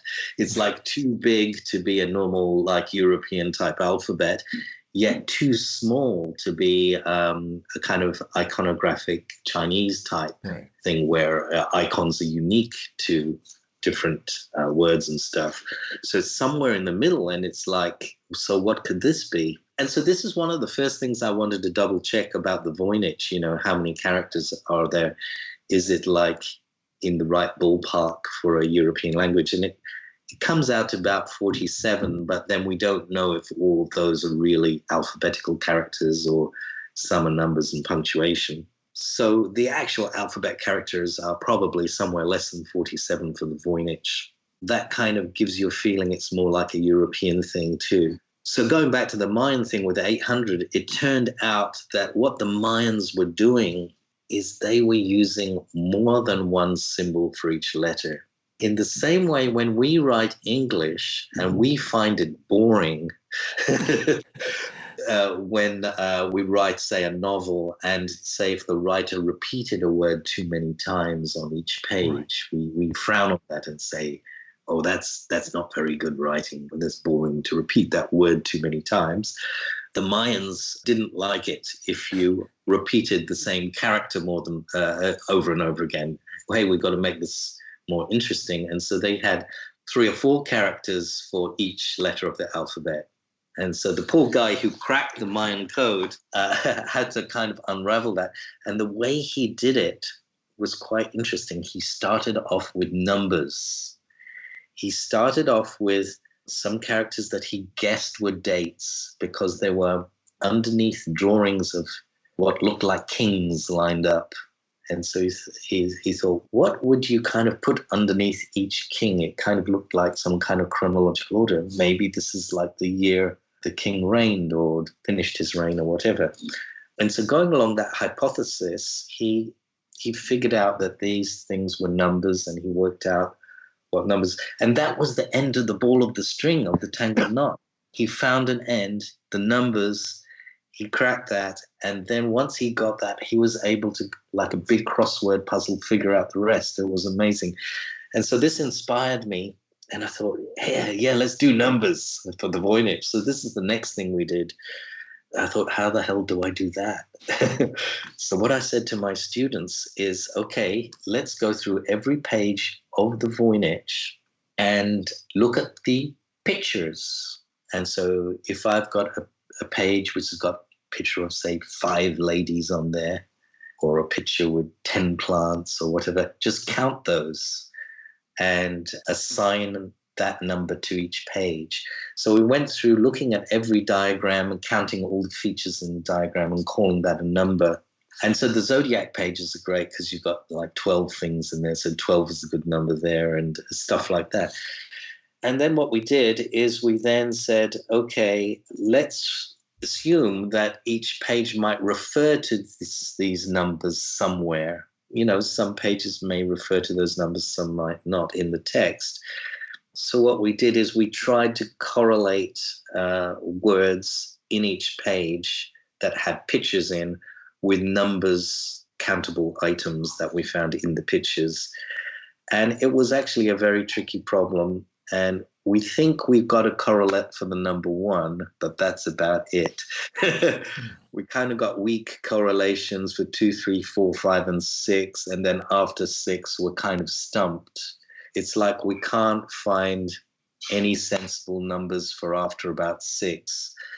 And I was kind of really hoping the number 12 would come up strongly somewhere because the zodiac symbols and stuff like that. But no such luck yet. So we have to go back and re-examine this work and look at it over and over and see if we've made a mistake. So that's where we're at. Wow.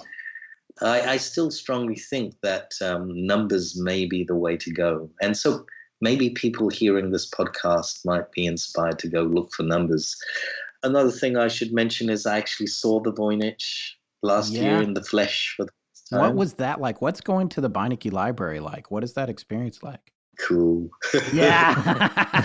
Yeah, of course. The whole experience of going to Yale was cool because, they've got a little grave, a little cemetery there, and some real famous physicists buried there and stuff like that. Okay. You know, big names that I studied when I was a student.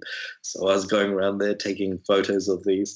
And so it's just a great experience being at Yale. And the Beinecke is a little bit strange because it's a very Spartan-looking building from the outside, very unassuming. But then when you go in, it's really cool. I think you may have seen photos of it. And we talked about them, and I wish we had been. We have not been ourselves, but I really want to go now. So it's very hard to arrange to see the Voynich because it's under very high security and they just don't let anybody in. But I was lucky because I happened to have a friend who was a professor at Yale who knew the librarians and stuff like that. So he put in a good word for me and he actually came with me. And I brought another guide who works at Yale by the name of Graham Wood with me because he is a fluent speaker in Arabic. I just wanted him to check if he could see anything more Oriental in it or not.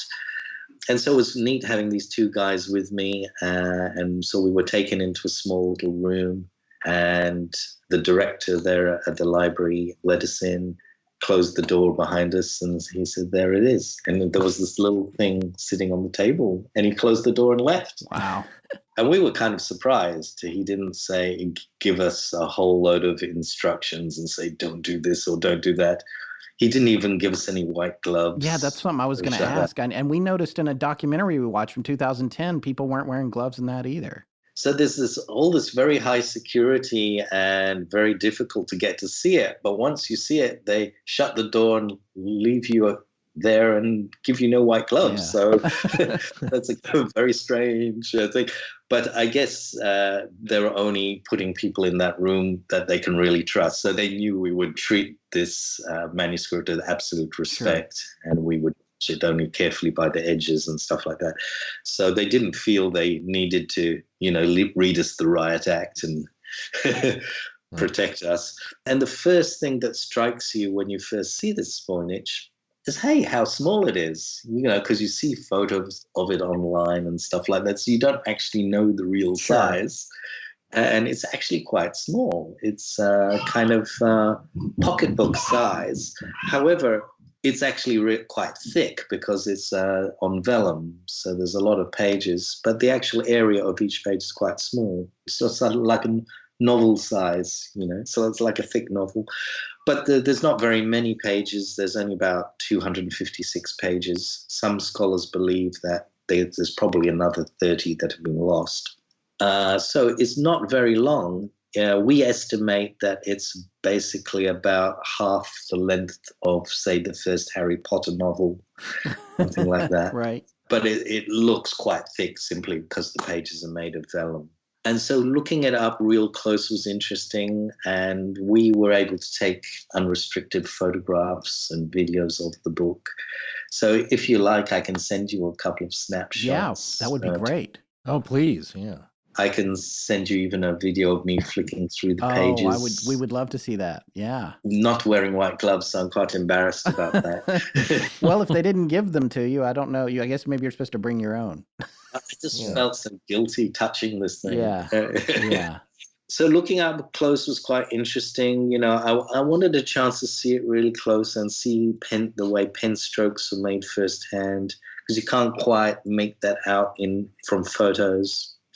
Another thing which you may or may not be aware of is that there's the Voynich language, which people colloquially call Voynichese. Yes. Mm-hmm. But there are some annotations that look kind of Latin stroke Germanic sometimes. And the pages are actually numbered as well in normal English numbering characters. So it's always been believed by scholars that this extra numbering and these other funny Latin type characters are all later additions, later annotations, not done by the original Voynich writer. But I just wanted to see that for myself. I wanted to see up close and see that the tone of the ink is different and the way the strokes are done are different. And I feel that I'm satisfied, having seen that myself, that, yeah, I agree. These have been done later at some other time. The ink does look quite different. Also looking up at it close, it's interesting to see the general care with which things are done in the book. It's done with a certain amount of reverence. And that's important. I'll tell you why. I once was let into another place that no one is allowed into because I had a friend. I had a friend who was a professor at the University of Michigan. And it's so secret that I think most people don't know about this. I didn't even know, but he knew the librarian there personally. And so I was let in. And in Michigan, they have in this library a big vault that is locked. And you can go in there with special permission.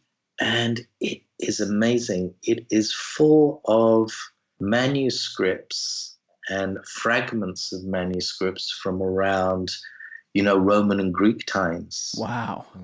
And they even have some old biblical manuscripts. So I went in there, and this was many years before I saw the Voynich. I did this like 15 years ago. And I went there, and it was an interesting experience because they actually had Bible manuscripts, original ones, and you could see the great care with which these were all written. Beautifully written, nicely formed letters, etc., etc. But what was interesting, and I'd never seen this before, is they had a bunch of everyday stuff from Greek and Roman times, like account books from people who had run a shop, or like stuff from schools that were teaching kids of the time and things like that. You don't kind of normally get to see that stuff. When you go to museums, you only get to see the important manuscripts. Right. They never show you the crap stuff. Looking at the crap stuff was interesting because it was actually really crappy. People didn't take care when they were writing their account books or, writing things of everyday life. Very bad handwriting all over the place. And then you suddenly come see a Bible manuscript. It's like, whoa, this is really super neat. And done with great reverence. And you could see that with the Voynich when I went to the Beinecke. And this is important because, there's questions, about what is it? Is it like something real? Is it a hoax? And, I don't know the answer, but all I can say is that whoever was doing this was doing it with some degree of care, was a very well educated person. And this wasn't a simple everyday thing. This was obviously something special he was doing. Mm-hmm. If it was a hoax, it was a very special hoax. The hoax hypothesis isn't dumb. It's possible. Because in those days, if you had a nice vellum manuscript and it was beautiful, you could sell that and get quite a few gold coins for that in those days to a rich buyer. And you might be able to fool a rich buyer if it's just a bunch of gibberish and he thinks it's something special. So there would be motivation to be a hoax. There would also be motivation in those days to write something in a way to keep it secret if you didn't want, say, the Catholic Church to find out you were writing something a bit subversive or something that might be deemed to be witchcraft. You don't want to get hung or killed, so you write it in a coded way. So these are all sensible hypotheses. I haven't been able to rule out one or the other, but if it was either of those, you would write those with reasonable care. Another interesting thing I found when I saw the Voynich close up is looking at the diagrams. I noticed every now and again I saw what looked like a pinprick in the vellum. And I thought, what's that? Because you don't notice that in photographs of it. And then it became obvious.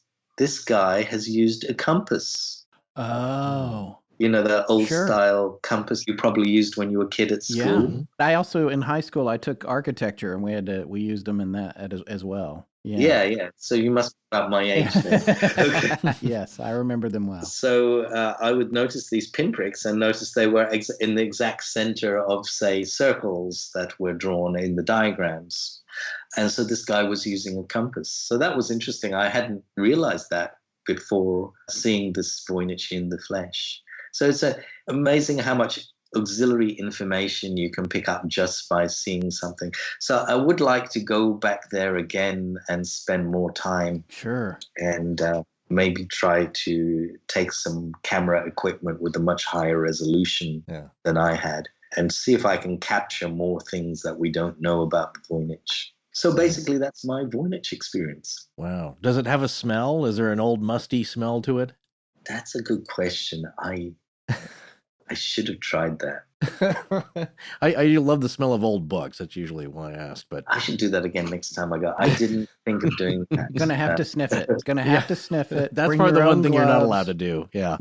Do you have a personal theory as, most people say it's some kind of medicinal book or an herbal, some kind of scientific notations. Do you have a personal theory on what it has to say, what the book really is? Yeah. I've got an open mind about it. I don't want to close my mind into any particular theory before I know what it really is. But I will say it does have that look of a herbal book to me. Mm-hmm. And there would be motivation to keep that secret from the Catholic Church at the time. Yes. Yeah. I want them accusing you of some kind of craft.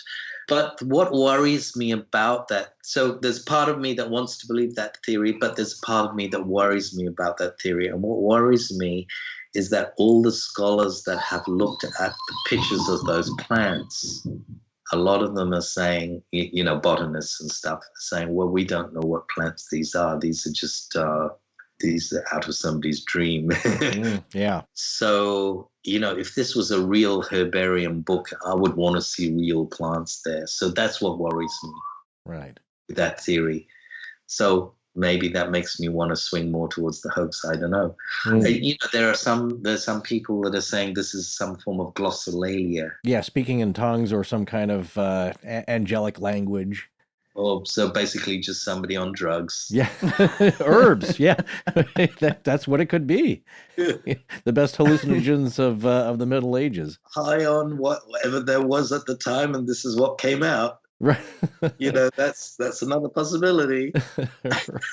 Let me ask you this. You kind of run into some roadblocks, but what are some of the takeaways that research produced? Like what can you, other than that there may be some letter frequencies or appearances that could possibly point to punctuation, what were some of the big takeaways of the research done? I think the big takeaway and the thing I've got to try and untangle next is, I don't know what in this Voynich, what are actual letters, what are numbers, what are punctuation. I got to figure out some way how to separate those things first. I got to reduce those before saying too much about it. Because these guys that have, other scholars that have shot ahead and done linguistic type analyses, et cetera, have shot straight into that without really ground truthing what it is they're actually looking at. Mm-hmm. As an engineer, I'm trained to kind of sort this kind of stuff out first before jumping ahead. That's prudent always, I I think. think that's the take home. Okay, that was a treat.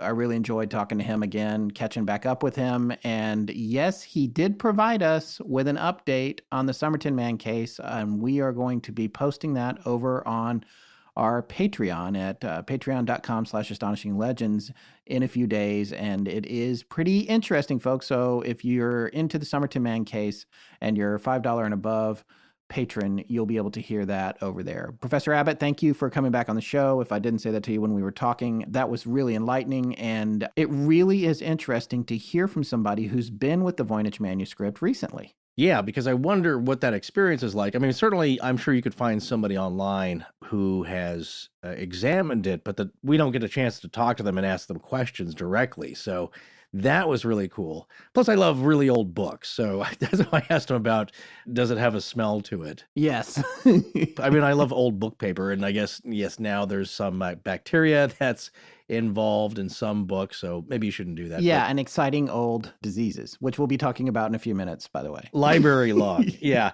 It's one of those things when you hold it, just... I without guess gloves, mind you. Yeah, well, you know what? I was going to say that. I didn't want to interrupt him because I was amazed too at that. But apparently, and I'm going to leave it to the experts at the Beinecke and other rare book collection librarians, that some manuscripts don't need to have gloves. Because we also posted this. I watched it myself. It's the procedure on how to go and check out manuals and different old texts from the Beinecke, and it's an instructional video. It's about 3 minutes long, produced by the Beinecke, and they tell you what to do. One thing that they do want you to do is, as you'll see, is that there's these foam sponge supports, because you don't want the book laying flat or, heaven forbid, laid on it so then the spine of it breaks, because those are very old and brittle. So you want them in a V shape, and they'll tell you how to use 2 of them if the book's really big. But yeah, as far as fingerprints, it doesn't seem to matter, I think, on some of these. So I was a little surprised myself, but yeah, I've watched videos now of people handling them and no one's wearing gloves, and I've seen that with other rare things. But then again, I've seen other, I think if there's a case of DNA, certainly they don't want you to, like the Jack the Ripper letters. I think you have to wear gloves for those. Yeah. Plus, who knows what's on them. But yeah, but when you hold something like that, the Voynich, just the mystery, you're also holding the mystery. Your eyes are looking at the same pages that some mysterious author looked at as well. And think about all the very brilliant people that have also gazed upon those pages in the same sense of mystery and awe and wonder. Wow, that's extremely well put. I have nothing to add to that. It's time to move towards the last part of part 2 of our show here.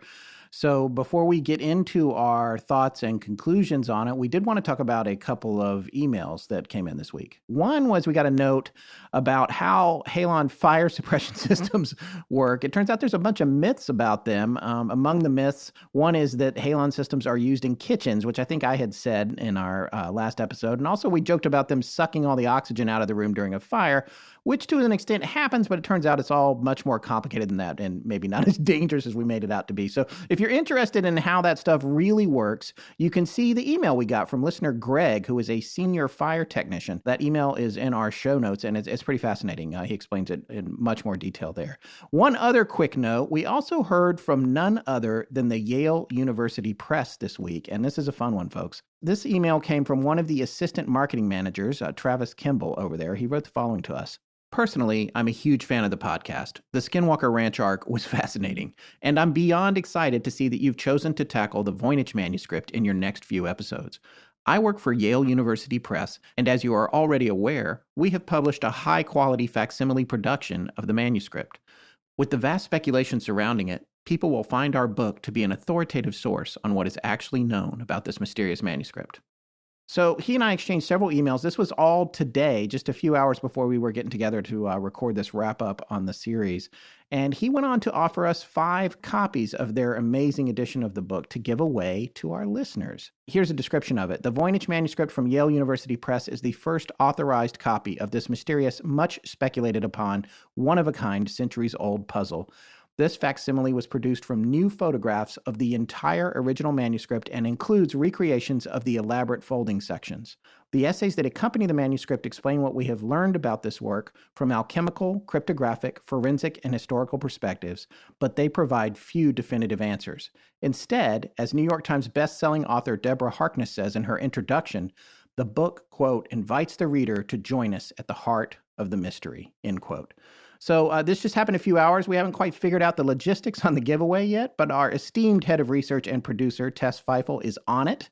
So keep your eyes on our social media feeds because it will no doubt be playing out on one of those platforms. Remember, we are on Facebook, Twitter, and Instagram. And if you can't wait for us to get our act together on the giveaway, you can get it from Yale University Press right now online at yalebooks.com. All right. Well, what do we think? Not that anybody out there really cares, but we might as well weigh in. This is our platform. We get to do that. Yeah, even my mom doesn't listen to the show anymore. Oh, she started off. Well, that's good. My dad just started. Yeah. So he's listening to a few here and there. But yeah. The idea here is that what's in the manuscript itself is it's not that mysterious in that we know, or everybody thinks there's a consensus that it has to do with plants and astrology and some movement of the stars. Some of the things with the people, the rituals that are going on are kind of bizarre, but those are probably symbolic. It's the naked bathing ladies somehow being connected to tubes. Maybe that has something to do with women's health and fertility, or something to do with prenatal medicine even. So those things aren't that far out. It's just weirdly presented. And of course, the code of the text is that in itself is very strange. So those combined, the words and the pictures, make for a very just mysterious thing that has captivated a lot of people's imaginations, and they really want to know what it's about. But to me, there might be something magical about it, but you won't know that till you can read the text and see what the pictures are actually referring to and try to make sense of it. So what could this be? Then you look at the logic behind it of why is it laid out like this? Why is it presented in this manner? Surely some of these things could have gotten somebody in trouble with the church. However, it turns out there are some thoughts by various researchers and authors that the church may have not had a problem with some of these researchers from the Middle Ages and their theories. Was stuff like this actually banned by the church? Well, I personally believe, I think that's a consensus, that some of these guys did do some jail time, and they did get into a little bit of trouble. Well, that's a known fact, yeah. I will argue that, it was not looked upon well, and why stir the pot if you don't have to? So if you can encode it, if you figured out a way to do that, or this is some way of that was previously known to you, why not put it in code? But what is this thing actually? What does this book represent? Well, it could be somebody's personal note journal on herbal medicine and astrology, but it wasn't meant to be read or deciphered by others other than the author, or maybe a select person or small group of very trusted people, somebody in the know, a small cabal of physicians, perhaps, mixologists or alchemists. Or the Voynich manuscript could really be some kind of personal fantasy book or imagined botanical notes, either totally imagined or in combination with real botanical studies and findings. And it could have been written down in a made-up language known only to the author. Or is it a written form of a verbal-only language, like the language of the birds, which supposedly was used among ancient alchemists between themselves, again as a way to keep their knowledge secret. And I think the sounds were like whistling vocalizations, which to those hearing it sounded like birds chirping and whistling. And something like that is barely hanging on to this day in existence. There is a very endangered whistling language called Cyphria, I believe, spoken by the aging population of a mountainous village called Antia on the Greek island of Avia. That was a lot of complex pronunciations, but you did very good. Oh, thank you. Now I've totally lost my thread. Yeah, sorry about that. But that's okay. So actually, though, it's technically not a language as linguists refer to it as a speech registrar, like shouting or whispering. There are only 18 people left that can whistle or speak it, or whistle speak it. But back to the idea that it's some kind of personal code or made-up language. It reminded me, again, of a case we came across while researching the code used by the Somerton Man. And I've referred to this before because I think it's a good parallel story or something you maybe can draw upon, the ideas here. With the case of the Somerton Man, he had written down a code of some kind of code of his own devising, or something that was not totally known to cryptologists. But he had written down this code in his own copy of the Rubaiyat of Omar Khayyam.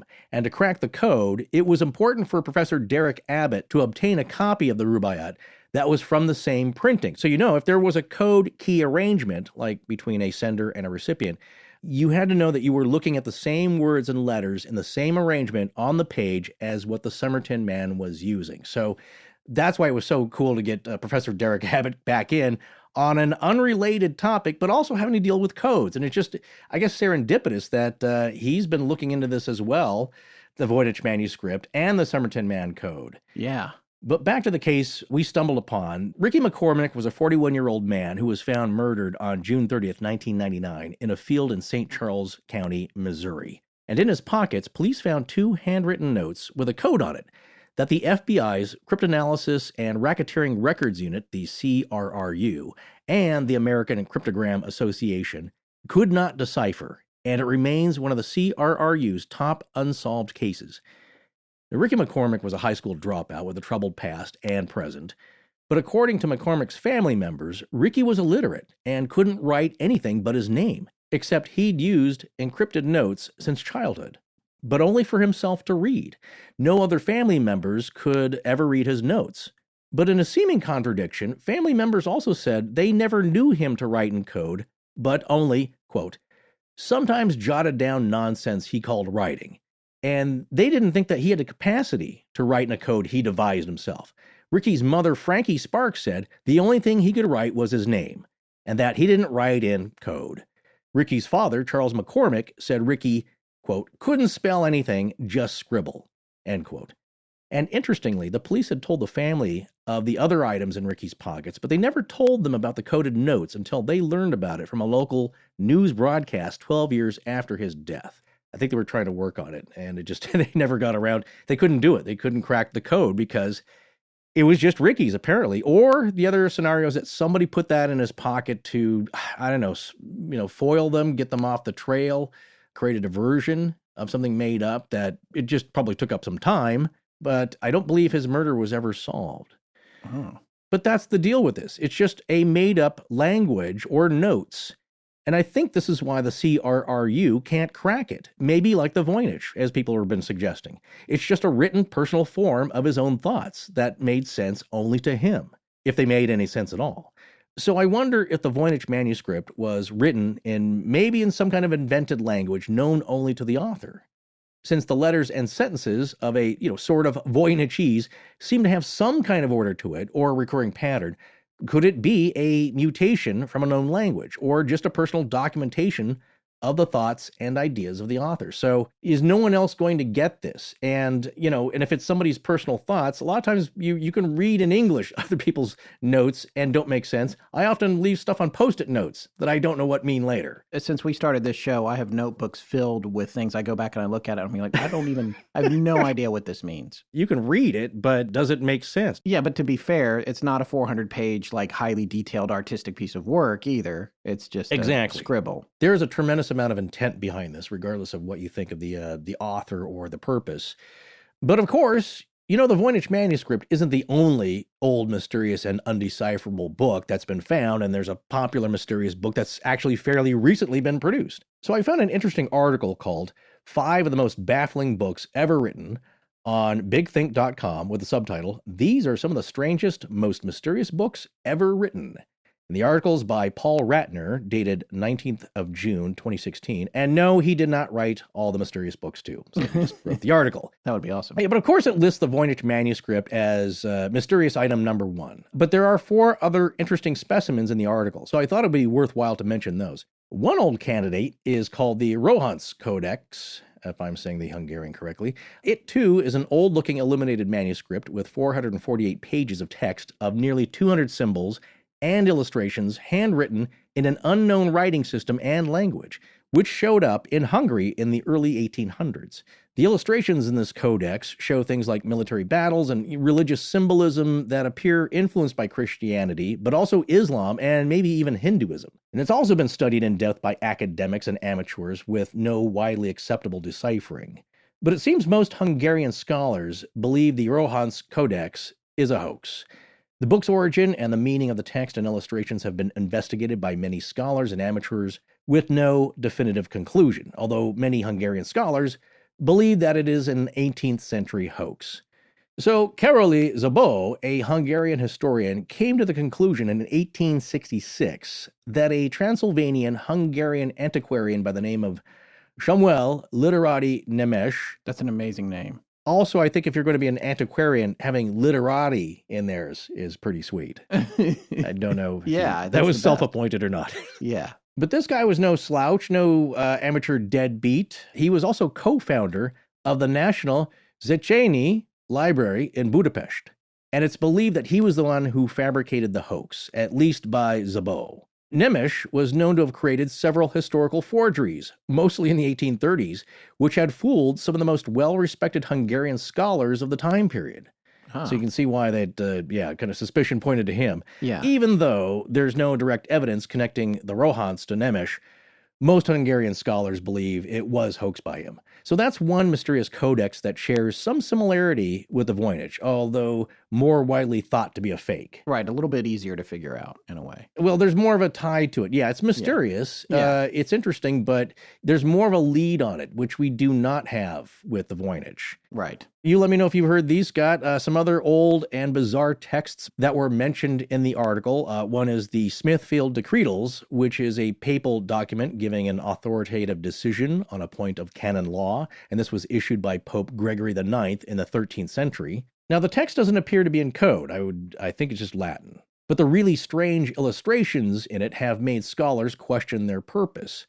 Because some scenes in the document show human-sized violent rabbits, a unicorn fighting bears, a man suckling a male lion, another man chopping off his own leg with an axe, a robed monk that looks like Yoda, and other very strange creatures. If you've not seen the Yoda one, Scott, I highly recommend it. No, I saw, I didn't see any of this until you mentioned this article, frankly. Yeah. But that Yoda dude looks just like Yoda, which does beg the question, which came first? Well, we know this one came first, but... Right. Lucas homage, maybe? Yeah, did Lucas see that guy and say, oh, that's Yoda right there, that's got to be. And also, there are killer rabbits, which is a Monty Python thing, but I mean, those rabbits, they're vicious. Yeah, there's one illustrated scene where I think a rabbit is riding a dog and they're lancing, they're jousting each other. There's another rabbit or there's another animal. It's just a mishmash. But you know what's important about this and how it connects to Voynich? It's like, are they representations of something else? Is there a code in the imagery? Why is it a rabbit? Why is it Yoda? Well, exactly. What's the message?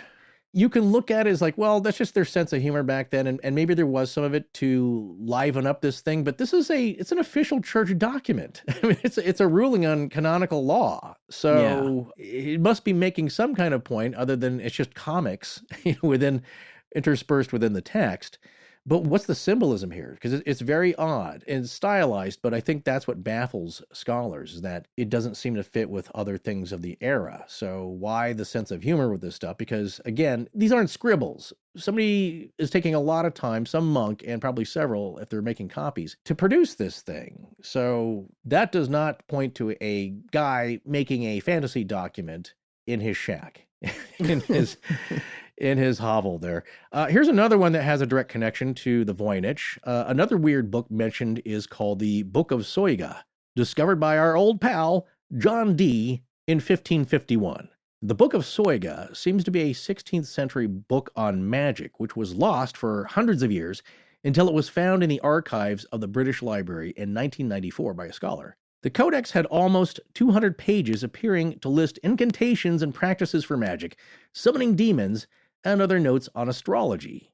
And the article says that Dee had a medium try to start up a conversation with the archangel Uriel in order to derive meaning from the book. Do you think this medium could be Dee's old pal, Edward Kelly? Yeah, because that article didn't say, but it was the first thing I thought. It had to be Ed Kelly. He was the guy who was around. Yeah. Yeah. For all those years. And specifically it's spoke to gotta angels. be him. Again, man, I would just love to hang out with those guys. We shall swap wives. This one, I mean, this one's, well, listen to this. I mean, some of the book is written in Latin, and it can be translated. So you have a link there to understandability. But there are also over 40,000 letters that are written down in 36 tables that seem to be some kind of code. So that's the important stuff that not everyone's meant to know. But the book also apparently has a curse. If you decipher the code, not only will you gain its magical secrets and powers, but you will die within 2.5 years. So hopefully solving the Voynich manuscript doesn't have the same after effect, but I don't get the feeling it's all that nefarious, the Voynich. No, it doesn't convey that. And, the other thing that I love about this book of Soyga story also is that it's one of those things that was lost, but in reality was just uncategorized in a collection. Oh, that happens all the time. I know. It's just crazy. It's like lost for hundreds. Like, to me, lost is like, okay, it's in a cave or somebody stole it. Well, it's on the burned, black market. yes. It's in some billionaire's foyer. Right. But the reality is it was here all along. We just didn't know that it was here. Isn't that amazing, though, that just to think that they have it in a collection, but there are so many volumes. The right person, the right scholar, the right researcher just hadn't gotten to it yet. And it took all that time. Yeah.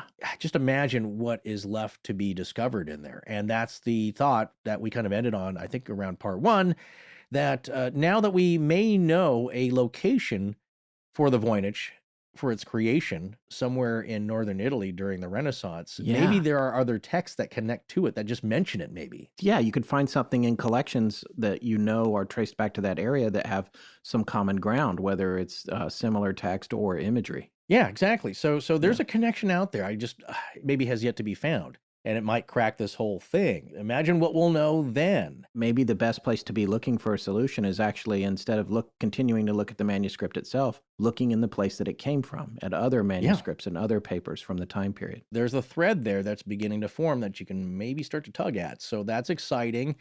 That's more in line with the dangerously dark romantic notion of maybe what the Voynich was, and that the Book of Soyga, like, boy, if you could crack that whole thing, it might kill you in 2.5 years, but in 2.5 years, you could summon all kinds of delightful stuff for yourself, all kinds of earthly delights that send you straight to hell after you've enjoyed them.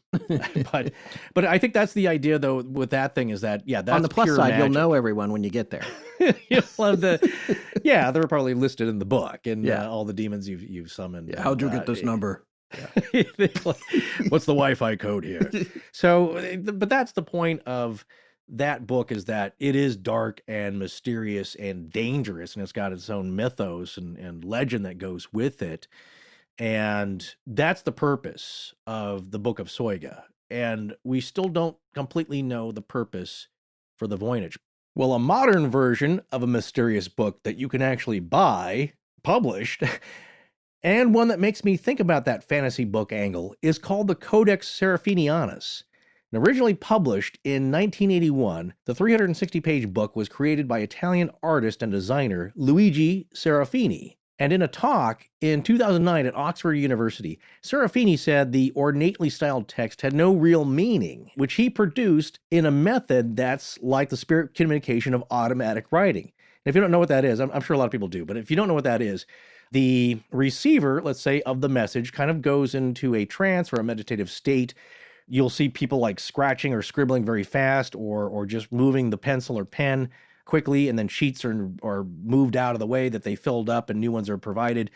And within that, supposedly there is a spirit message that's allowed to come through the person's hand. So debunkers hate it. The Amazing Randy hates automatic. They hate automatic writing. They're like, this is bogus. Yeah, because you're just rapidly scribbling down words. So how do you disprove that it's not coming, from the spirit realm? It's supposed to be like a form of channeling, right? Yeah. It's not like scratches that appear on your back that spell out something. That's a little harder to fake. Yeah, and whatever, you can say what you want about the Codex Seraphinianus, but it does not look...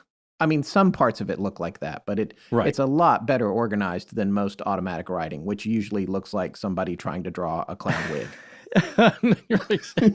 Yeah, exactly. No, it's very artistically done because Luigi Serafini is a really good artist, which is his trade. So, of course, it's going to look pretty cool and well thought out. And the text it's ornate. But what I really like about his purpose here in creating the book was the thought behind it. And he said he was trying to recreate a feeling about looking at the pages of a real encyclopedia as a child. Now, although he couldn't read yet, the contents of an encyclopedia to him looked mysterious, and he knew it all meant something. He just didn't know what at the time. So remember that sense of wonder and awe when you were really little, if you can remember that far back? It's like, this big book is important, and there's 21 of them, and they smell funny, and I like looking at the pictures, but it must mean something. It must be important. I don't know what it is. Well, and I think he really did that, because when you think about that, you only have that sense of awe when you're a child, and there's so much about the world you don't know, and then you see these illustrations of the highest end of understanding, and it's allowing you to visualize something that you just can't even conceive of yet. And as an adult, there's no way you're going to get there unless somebody does something like what Serafini did and makes it out of nonsense. Because to you as a child, it was nonsense. And I think it really totally captures it. I'm completely enamored with this book. I'm already looking for a first edition of it. There's a new version out, I guess.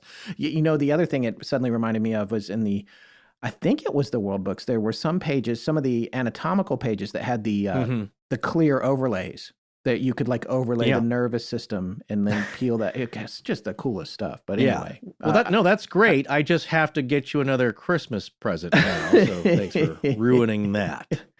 It just makes a really cool gift. There's a bunch of different printings and versions. You'll see it listed or printed in the article I just mentioned as Codex Seraphinus. But we did a thorough check, and it seems to be Codex Seraphinianus. So if you see that, just note that seems to be a typo. I'm not sure why it was printed in the Big Think article like that, but I'm sure there's a good reason for it, or just slip past them. But it's Codex Seraphinianus. I think it's a typo. Well, so there you go. How do we know that the Voynich has been spell checked or has any errors in it? Right. You're taking the word for it. Same thing with this Codex Seraphinianus.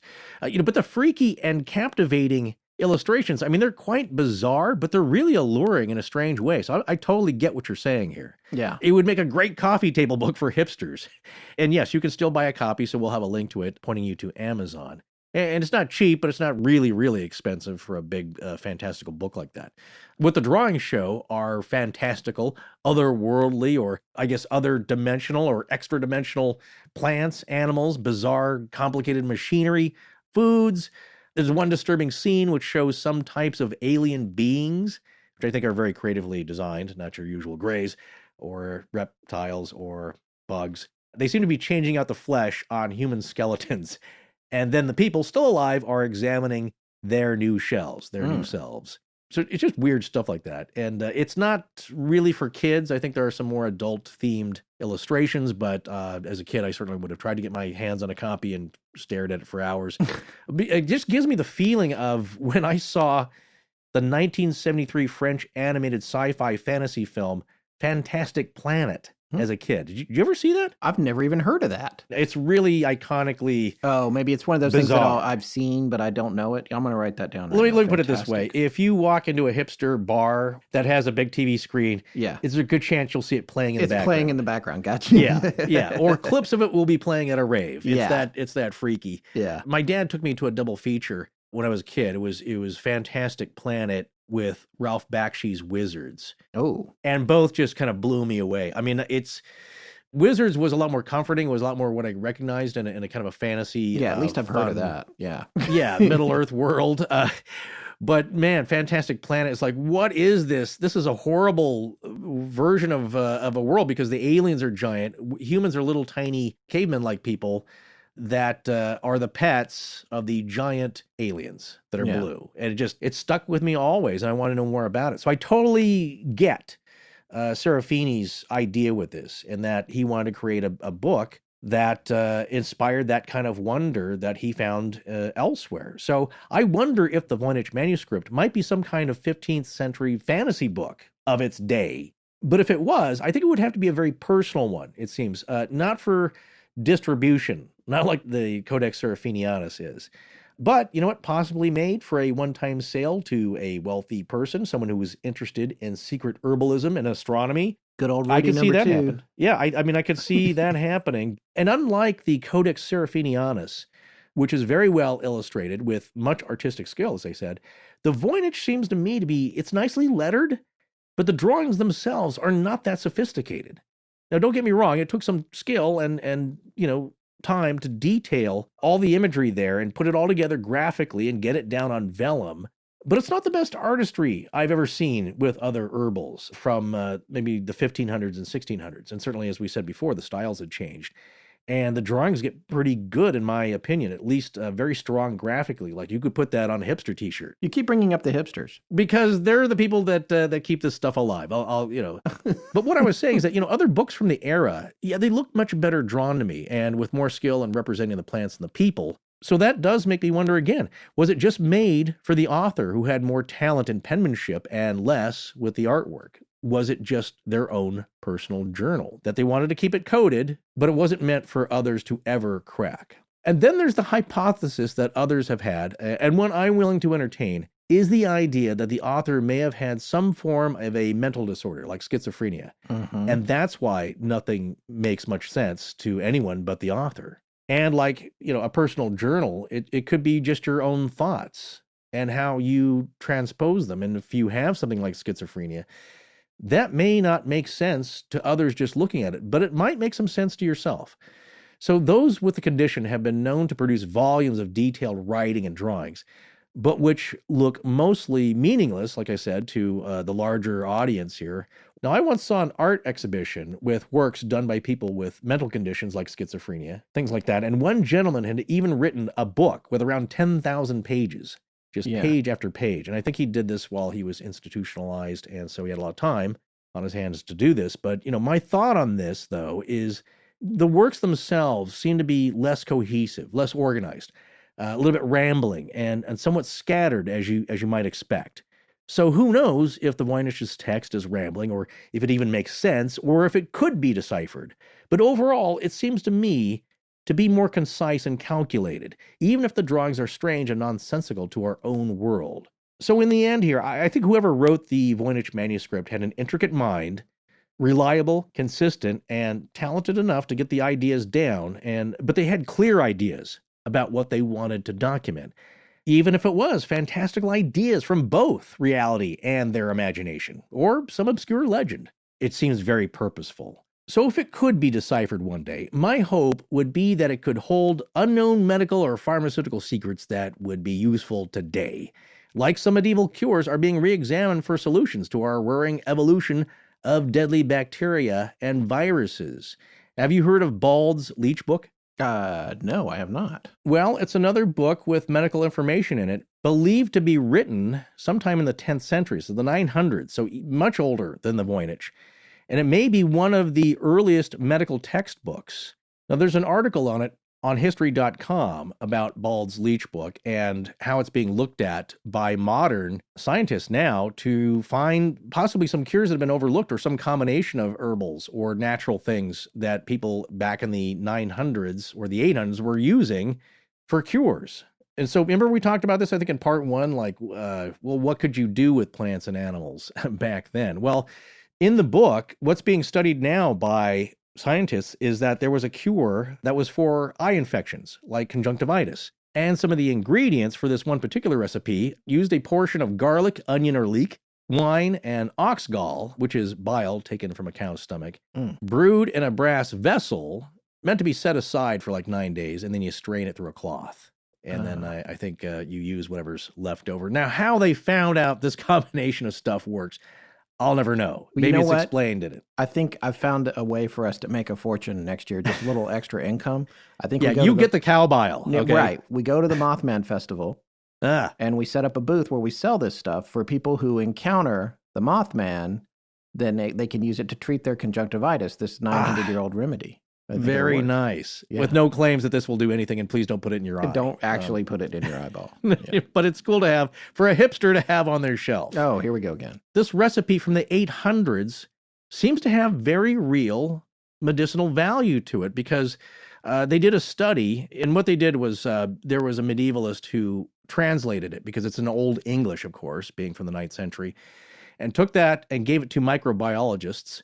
And this Dr. Christina Lee, who is an Anglo-Saxon expert from the University of Nottingham, translated this recipe and then gave it to that university's microbiology department to see if this thing could actually work. Now, what they say is that the results might, of course, be different out in the real world. But in the lab, what they did was they went through the exact instructions and left it stand for 9 days, strained it through a cloth, and then they tested what was left over. And they used it as a control solution against large cultures of MRSA, MRSA. You've heard of that one? Oh, yeah. And it's very hard to get rid of, and becoming maybe more and more impossible, because it's adapting itself to all of our known antibiotics. So that's what's scary. And of course, they didn't have much hope that this thing would do anything. But what they noticed is that there was a small amount of antibiotic activity with this 9th century medicine. What's interesting is that none of the ingredients by themselves had any effect. But when you combine them all, the recipe killed up to 90% of the MRSA bacteria. Isn't that freaky? Yeah, that's awesome. That's really cool. And hopeful. Yeah.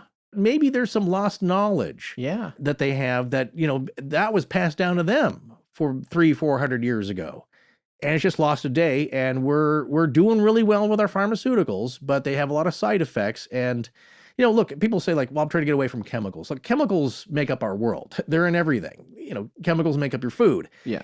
And pharmaceuticals do help us out. And herbals, if not used properly, I think can have some negative side effects, certainly, depending on the person. And we do look to Western medicine more as a cure. But maybe there's something in there. Maybe there's something in the Voynich manuscript, if it can be translated, that might be something miraculous. Well, I think all those points are super valid, and I love the example with the MRSA. That's really fascinating and amazing. And I guess I think I was making a joke or something in part 1 about herbalism, and we've since received about 50 emails. People tell me, it works, it's great. I'm like, I'm not against it. I'm not against it. I don't know what I said. I'll put it this way. Look, I'm all for natural cures. I don't generally like taking heavy-duty pharmaceuticals. And fortunately, knock on wood, I haven't had to really take a lot of medication in my life. But, I try not to. It doesn't occur to me, and I'd rather go to a more natural solution. So when I try stuff like that, it's like I will say the effect, and maybe it's just the calluses that are on my inside, and the darkness and the blackness. It doesn't have much effect on me. And then we find out the effectiveness of it, and the reports. It's like 1 week, it's good to drink coffee. Next week, no, it's not. It'll kill you. And the next week, like, no, you should have 6 cups a day at least. Otherwise, you're going to die. At 60, just start drinking coffee. And then of course, it's just back and forth. And it's a big money-making, arena. And then we hear about stuff like echinacea. It turns out, I guess the reports is that it doesn't have much effect. Yeah. If any. And maybe it's just a placebo effect, and if that's going to help me, fine, and it doesn't really hurt me, I will try it. But you hear a lot of stuff, and it turns out not to be true, and you have to know what you're doing. And we had a listener write into us really a good email about it's a very long tradition, and their comment was about the manuscript, the Voynich manuscript. It would have to be really exact, because you don't want to play around with this. Yeah. If it is a coded thing, like this thing's got to be on the money. The amounts and the procedures have to be exact, pretty spot on, or it's not going to work, or you're going to harm somebody. So you have to remember that herbals are the root of our modern day pharmaceuticals. Pun intended. Indeed. Well, you covered a lot of things that I agree with Good. when it comes to the Voynich manuscript. I had a few additional observations. One is something that we've brought up before just on other episodes, not even about the manuscript, about other topics. And that's how we've seen a lot of researchers, they put ideas out there for solutions to mysteries, but a lot of them can't seem to help but bring a little too much of their own preconceived notions to the table. So, and regardless of that, there hasn't been a proposed solution for the Voynich manuscript of any kind that has a consensus around it, which means we're really only dealing with hypotheses. In short, and I think we've already said this, but you don't want to believe the Voynich manuscript mystery solved headlines that keep coming out. Statistically, they're unlikely to be true, but that doesn't necessarily mean it's unsolvable, though. Although, to Forrest's point, maybe it is. Maybe the secret died with the person that created it, especially if that person had a mental health disorder that led them to create something that the only key to was inside their mind. Or this code will be cracked by coconut crabs. I want to combine two, mystery solved theories crabs. here. Yes. I think about, what you used to say about when we started out, you would talk about live with the question. Sometimes you're not going to get the answer. And that is something that's really hard for humanity as a whole to swallow, which I think is why people keep attacking this thing. Another thing was when you were talking about mental health disorders, I was thinking of savants. And I'm sure there's folks out there that are familiar with savant syndrome. I want to read a little bit about it here from Wikipedia. This is a condition in which someone with significant mental disabilities demonstrates certain abilities far in excess of average. This is from the Savant Syndrome Wikipedia page. The skills at which savants excel are generally related to memory. This may include rapid calculation, artistic ability, map making, or musical ability. Usually just one special skill is present, and that's something to take note of. Savant skills are usually found in one or more of 5 major areas: art, memory, arithmetic, musical abilities, and spatial skills. The most common kinds of savants are calendrical savants, human calendars who can calculate the day of the week for any given date with speed and accuracy, or recall personal memories from any given date, which my wife can do a little bit. Really? She can tell you what we were wearing on our 4th date, not even a significant event, like what we were wearing, what the weather was like that day, what we heard on the radio. She has a gift for that. And you know who else has, I think, a photographic memory? Mary Lou Henner used to be on Taxi. That's right. She does. She can remember. She's talked about it. Yeah, she's talked about that.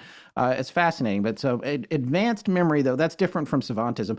Advanced memory is the key superpower in savant abilities. Now, approximately half of savants are autistic. The other half have some sort of central nervous system injury or disease. It's estimated that 10% of those with autism have a form of savant ability. So I was looking at this because I remember as a kid watching a 60-Minute story on a particular savant. His name was Leslie Lemke, who was a pianist, I think, really talented pianist. He could play anything he heard. Just heard it once and he could play it. And when I was looking into this and I was trying to find connections to the Voynich manuscript, I found another gentleman named Stephen Wiltshire, who was British. Pretty amazing. He can go up in a helicopter and fly over a city for like 15 or 20 minutes and then come back and draw like a 20-foot detailed architectural drawing of the city that's completely accurate. And all he has to do is fly over it. When he also draws fictional stuff, they talk about this on a Wikipedia page about him, how he can draw a fictional scene like St. Paul's Cathedral surrounded by flames. So I thought, well, what if the person that created the manuscript was someone like that, who had a particular ability? But it goes back to your point, taking the savant part of the equation away, where you were talking about, well, somebody is generally a good draftsman or good with type that might not be good at drawings, or vice versa. It would seem a stretch for somebody to be good at both, although it's fair to say that the drawings are not as good as the lettering in the Voynich manuscript, I think. I mean, maybe that's a subjective opinion, but they're done well enough to convey what the plant is. As far as technical skill, of course, I think there's some better artists of the time, but I'm not to knock it, I know, but I guess what I've learned about savant syndrome is it doesn't seem like a fit for me. It was an idea that I had when we started looking at this. It doesn't seem like a fit just based on what we know about it now. And I think some people who have savant syndrome have strengths in more than one discipline. I couldn't find any of them where they were like both disciplines were necessarily artistic like that. It was usually somebody who could do music and poetry, or they could draw and do the calendar thing or something like that. But it wasn't someone who could sit down and create a book like the Voynich manuscript. So taking a cursory look at it, it doesn't seem like a fit. If this is a genuine working code and that there is a method to it that has stumped all these cryptographers, that's a little bit of genius right there. Yeah, that may be drawing on savantism of just an understanding of syntax in your own words and just like I said, there seems to be a pattern there, but it's from no known non-exotic language. Something more European in its pattern, but something made up. So somebody with a savant understanding of languages and being able to create their own. That aspect points to what you were talking about. So, that kind of was a dead end for me in terms of proposed alternate theory. Here's another thing that happened. We got an email just today from a listener shortly before we recorded this conclusion section that I thought was pretty interesting. He was reacting to the fact that there was a lack of any mistakes in the scripting of the manuscript that we talked about that in part 1 especially. Yeah. And I wanted to read this email from him. He's chosen to remain anonymous for reasons that will become self-evident when you hear what he does for a living. Hello, I've worked as a transcriptionist for a while now, and the recent episode relates to my work in a couple ways. The idea that the Voynich Manuscript has 0 mistakes throughout the entire work seems almost impossible. I have examined thousands of manuscripts and other works from various time periods, and the majority have at least a few mistakes. Scribbled out words, spilled ink, or smeared words have been present numerous times in all the works I have encountered. I believe the idea that the Voynich manuscript has 0 of said mistakes may mean more than first thought.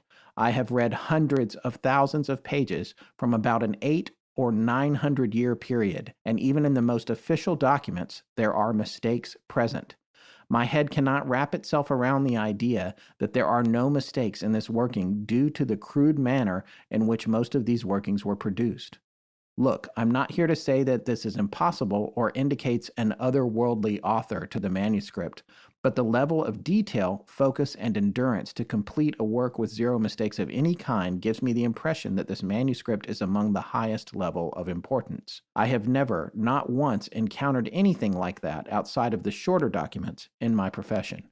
My work is mostly confidential, but I have the liberty to say I have worked with some of the most valued manuscripts workings, several of which are recognizable even by the least interested person, and a working with 0 mistakes or the length of 50 or so pages is practically unheard of, let alone over 200 pages like the Voynich manuscript.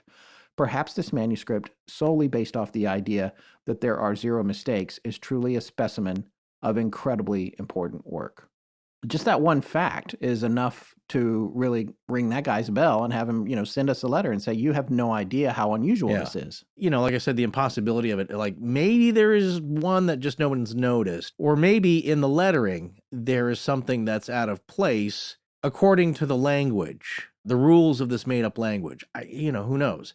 Somebody's going to have to really crack the code on this to find out. But you know what I'm saying? It's like maybe within the rules, the grammar rules of this language, whatever it is, maybe there's punctuation that's off. Maybe something is, throwing off the cracking of this code. Yeah, and I guess the other thing is that, and it's something that I proposed, was the idea that if a page had an error on it, it was discarded and started over. Yeah. So who knows if there are mistakes, but I think people looking at the parchment itself with microscopy would say there doesn't appear to be anything scratched off. And maybe there was some mistakes in the artwork, and like a bad tattoo, somebody redrew over it or made it into something else.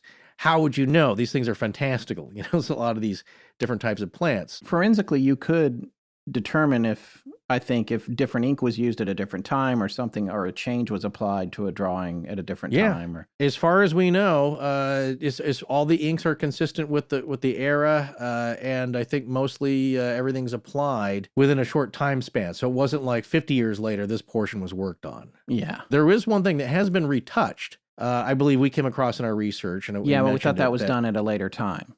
Yeah, yes. That somebody who owned the book punched up the colors maybe, or had it done, where later inks applied. But it's not like first applied and then someone faked the rest of it in the 1800s. It's probably within the century, but who knows? But anyway, we did come across that some parts do appear to have been retouched. Has anyone looked at the idea that the writing was done by one author and that the renderings were done by somebody else? Good question. Because I don't feel like I saw that in anything that we read or looked at. I mean, it must have been considered. So many people have been looking at it for so long, because that's the other thing that I wonder is, was it some kind of collaborative project? Well, people have wondered if there were other multiple people collaborating on it. And, because there's the other theories that, it's so intense that it'd be hard to have been done by a single person. Again, Gordon Rugg doesn't believe so. He thinks there's a method. It's not a hoax at the time, but it is a made-up book made to be sold to swindle somebody of the era, and most likely Rudolph II? That's a good question. I don't know if they're able to or not make a connection between the style of the drawings and the style of the letterings, other than they seem to coincide with each other on the page, at least to my eye. Because like I said, it's not perfect as far as the layout. You'll see a drawing in a corner of a page, and then the text kind of curls around to match it, so it doesn't go over. It's not like what you see in other medieval illuminated manuscripts where the monks or the scribes used a line. They're writing on a line, so when you look at it, everything's perfectly lined up. Yeah. That's not usually the case with the Voynich. It's mostly kind of in the same, on the same line and straight, but it does waver. So I don't know. Again, it could very well be a collaboration of a couple of people, but I would not say a big group of people unless they kept a really well hidden secret and kept these things to themselves. And this is their one club document, you could say. Well, I think the bottom line for me, and this should be no surprise after only having looked at it for a few weeks, is that I am utterly and completely stumped. And since on top of that, I'm also relatively uneducated compared to the people who work in the company of not only the Voynich manuscript, but hundreds, if not thousands more like it, I'd like to refer to one of the closing paragraphs from the same article in the Washington Post we quoted at the top of the show. This article, by sheer coincidence, if you believe any of this at all, was released just a few days prior to us recording this episode. And I'll remind you also that it was authored by Lisa Fagan Davis, Executive Director of the Medieval Academy of America, and is entitled, "Why Do People Keep Convincing Themselves They've Solved This Medieval Mystery?" This is a direct quote from the article. Every new Voynich theory offers an opportunity for readers to exercise healthy, critical skepticism instead of accepting publicized solutions at face value. Proposed solutions shouldn't automatically be rejected, the default reaction of most medievalists, but they should be approached with caution. Seek out expert opinions and do some follow-up reading. It shouldn't take a Voynichologist to spot a leap of logic or an argument based on wishful thinking instead of solid facts. It is only by engaging with the critical reading and interpretive skills imparted by the study of the humanities that consumers of media can deconstruct methodologies, assess hypotheses, and judge for themselves the reliability of what they read. And I'm not just talking about the Voynich manuscript. When we approach an ancient object such as the Voynich manuscript, we tend to bring our preconceptions with us to the table. The more we burden the manuscript with what we want it to be, the more buried the truth becomes.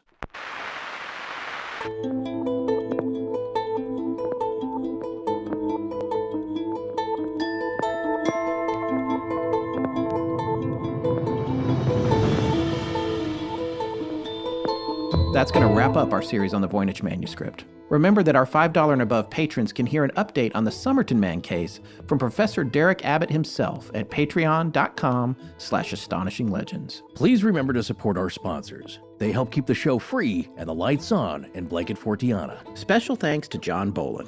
Hi, I'm Heather Williams. I'm Fern Cito, and I give permission to Astonishing Legends To use my voice however they see fit. Foxtrot, Echo, Romeo, November, Galaxy-wide. Way. Our show is edited by Sarah Voorhees Wendell and co-produced by Tess Feifel, who is also our head of research. Our theme, which is available as a ringtone, was composed by Judson Crane, and our sound design and additional composing is by Ryan McCullough. Special thanks to the Astonishing Research Corps.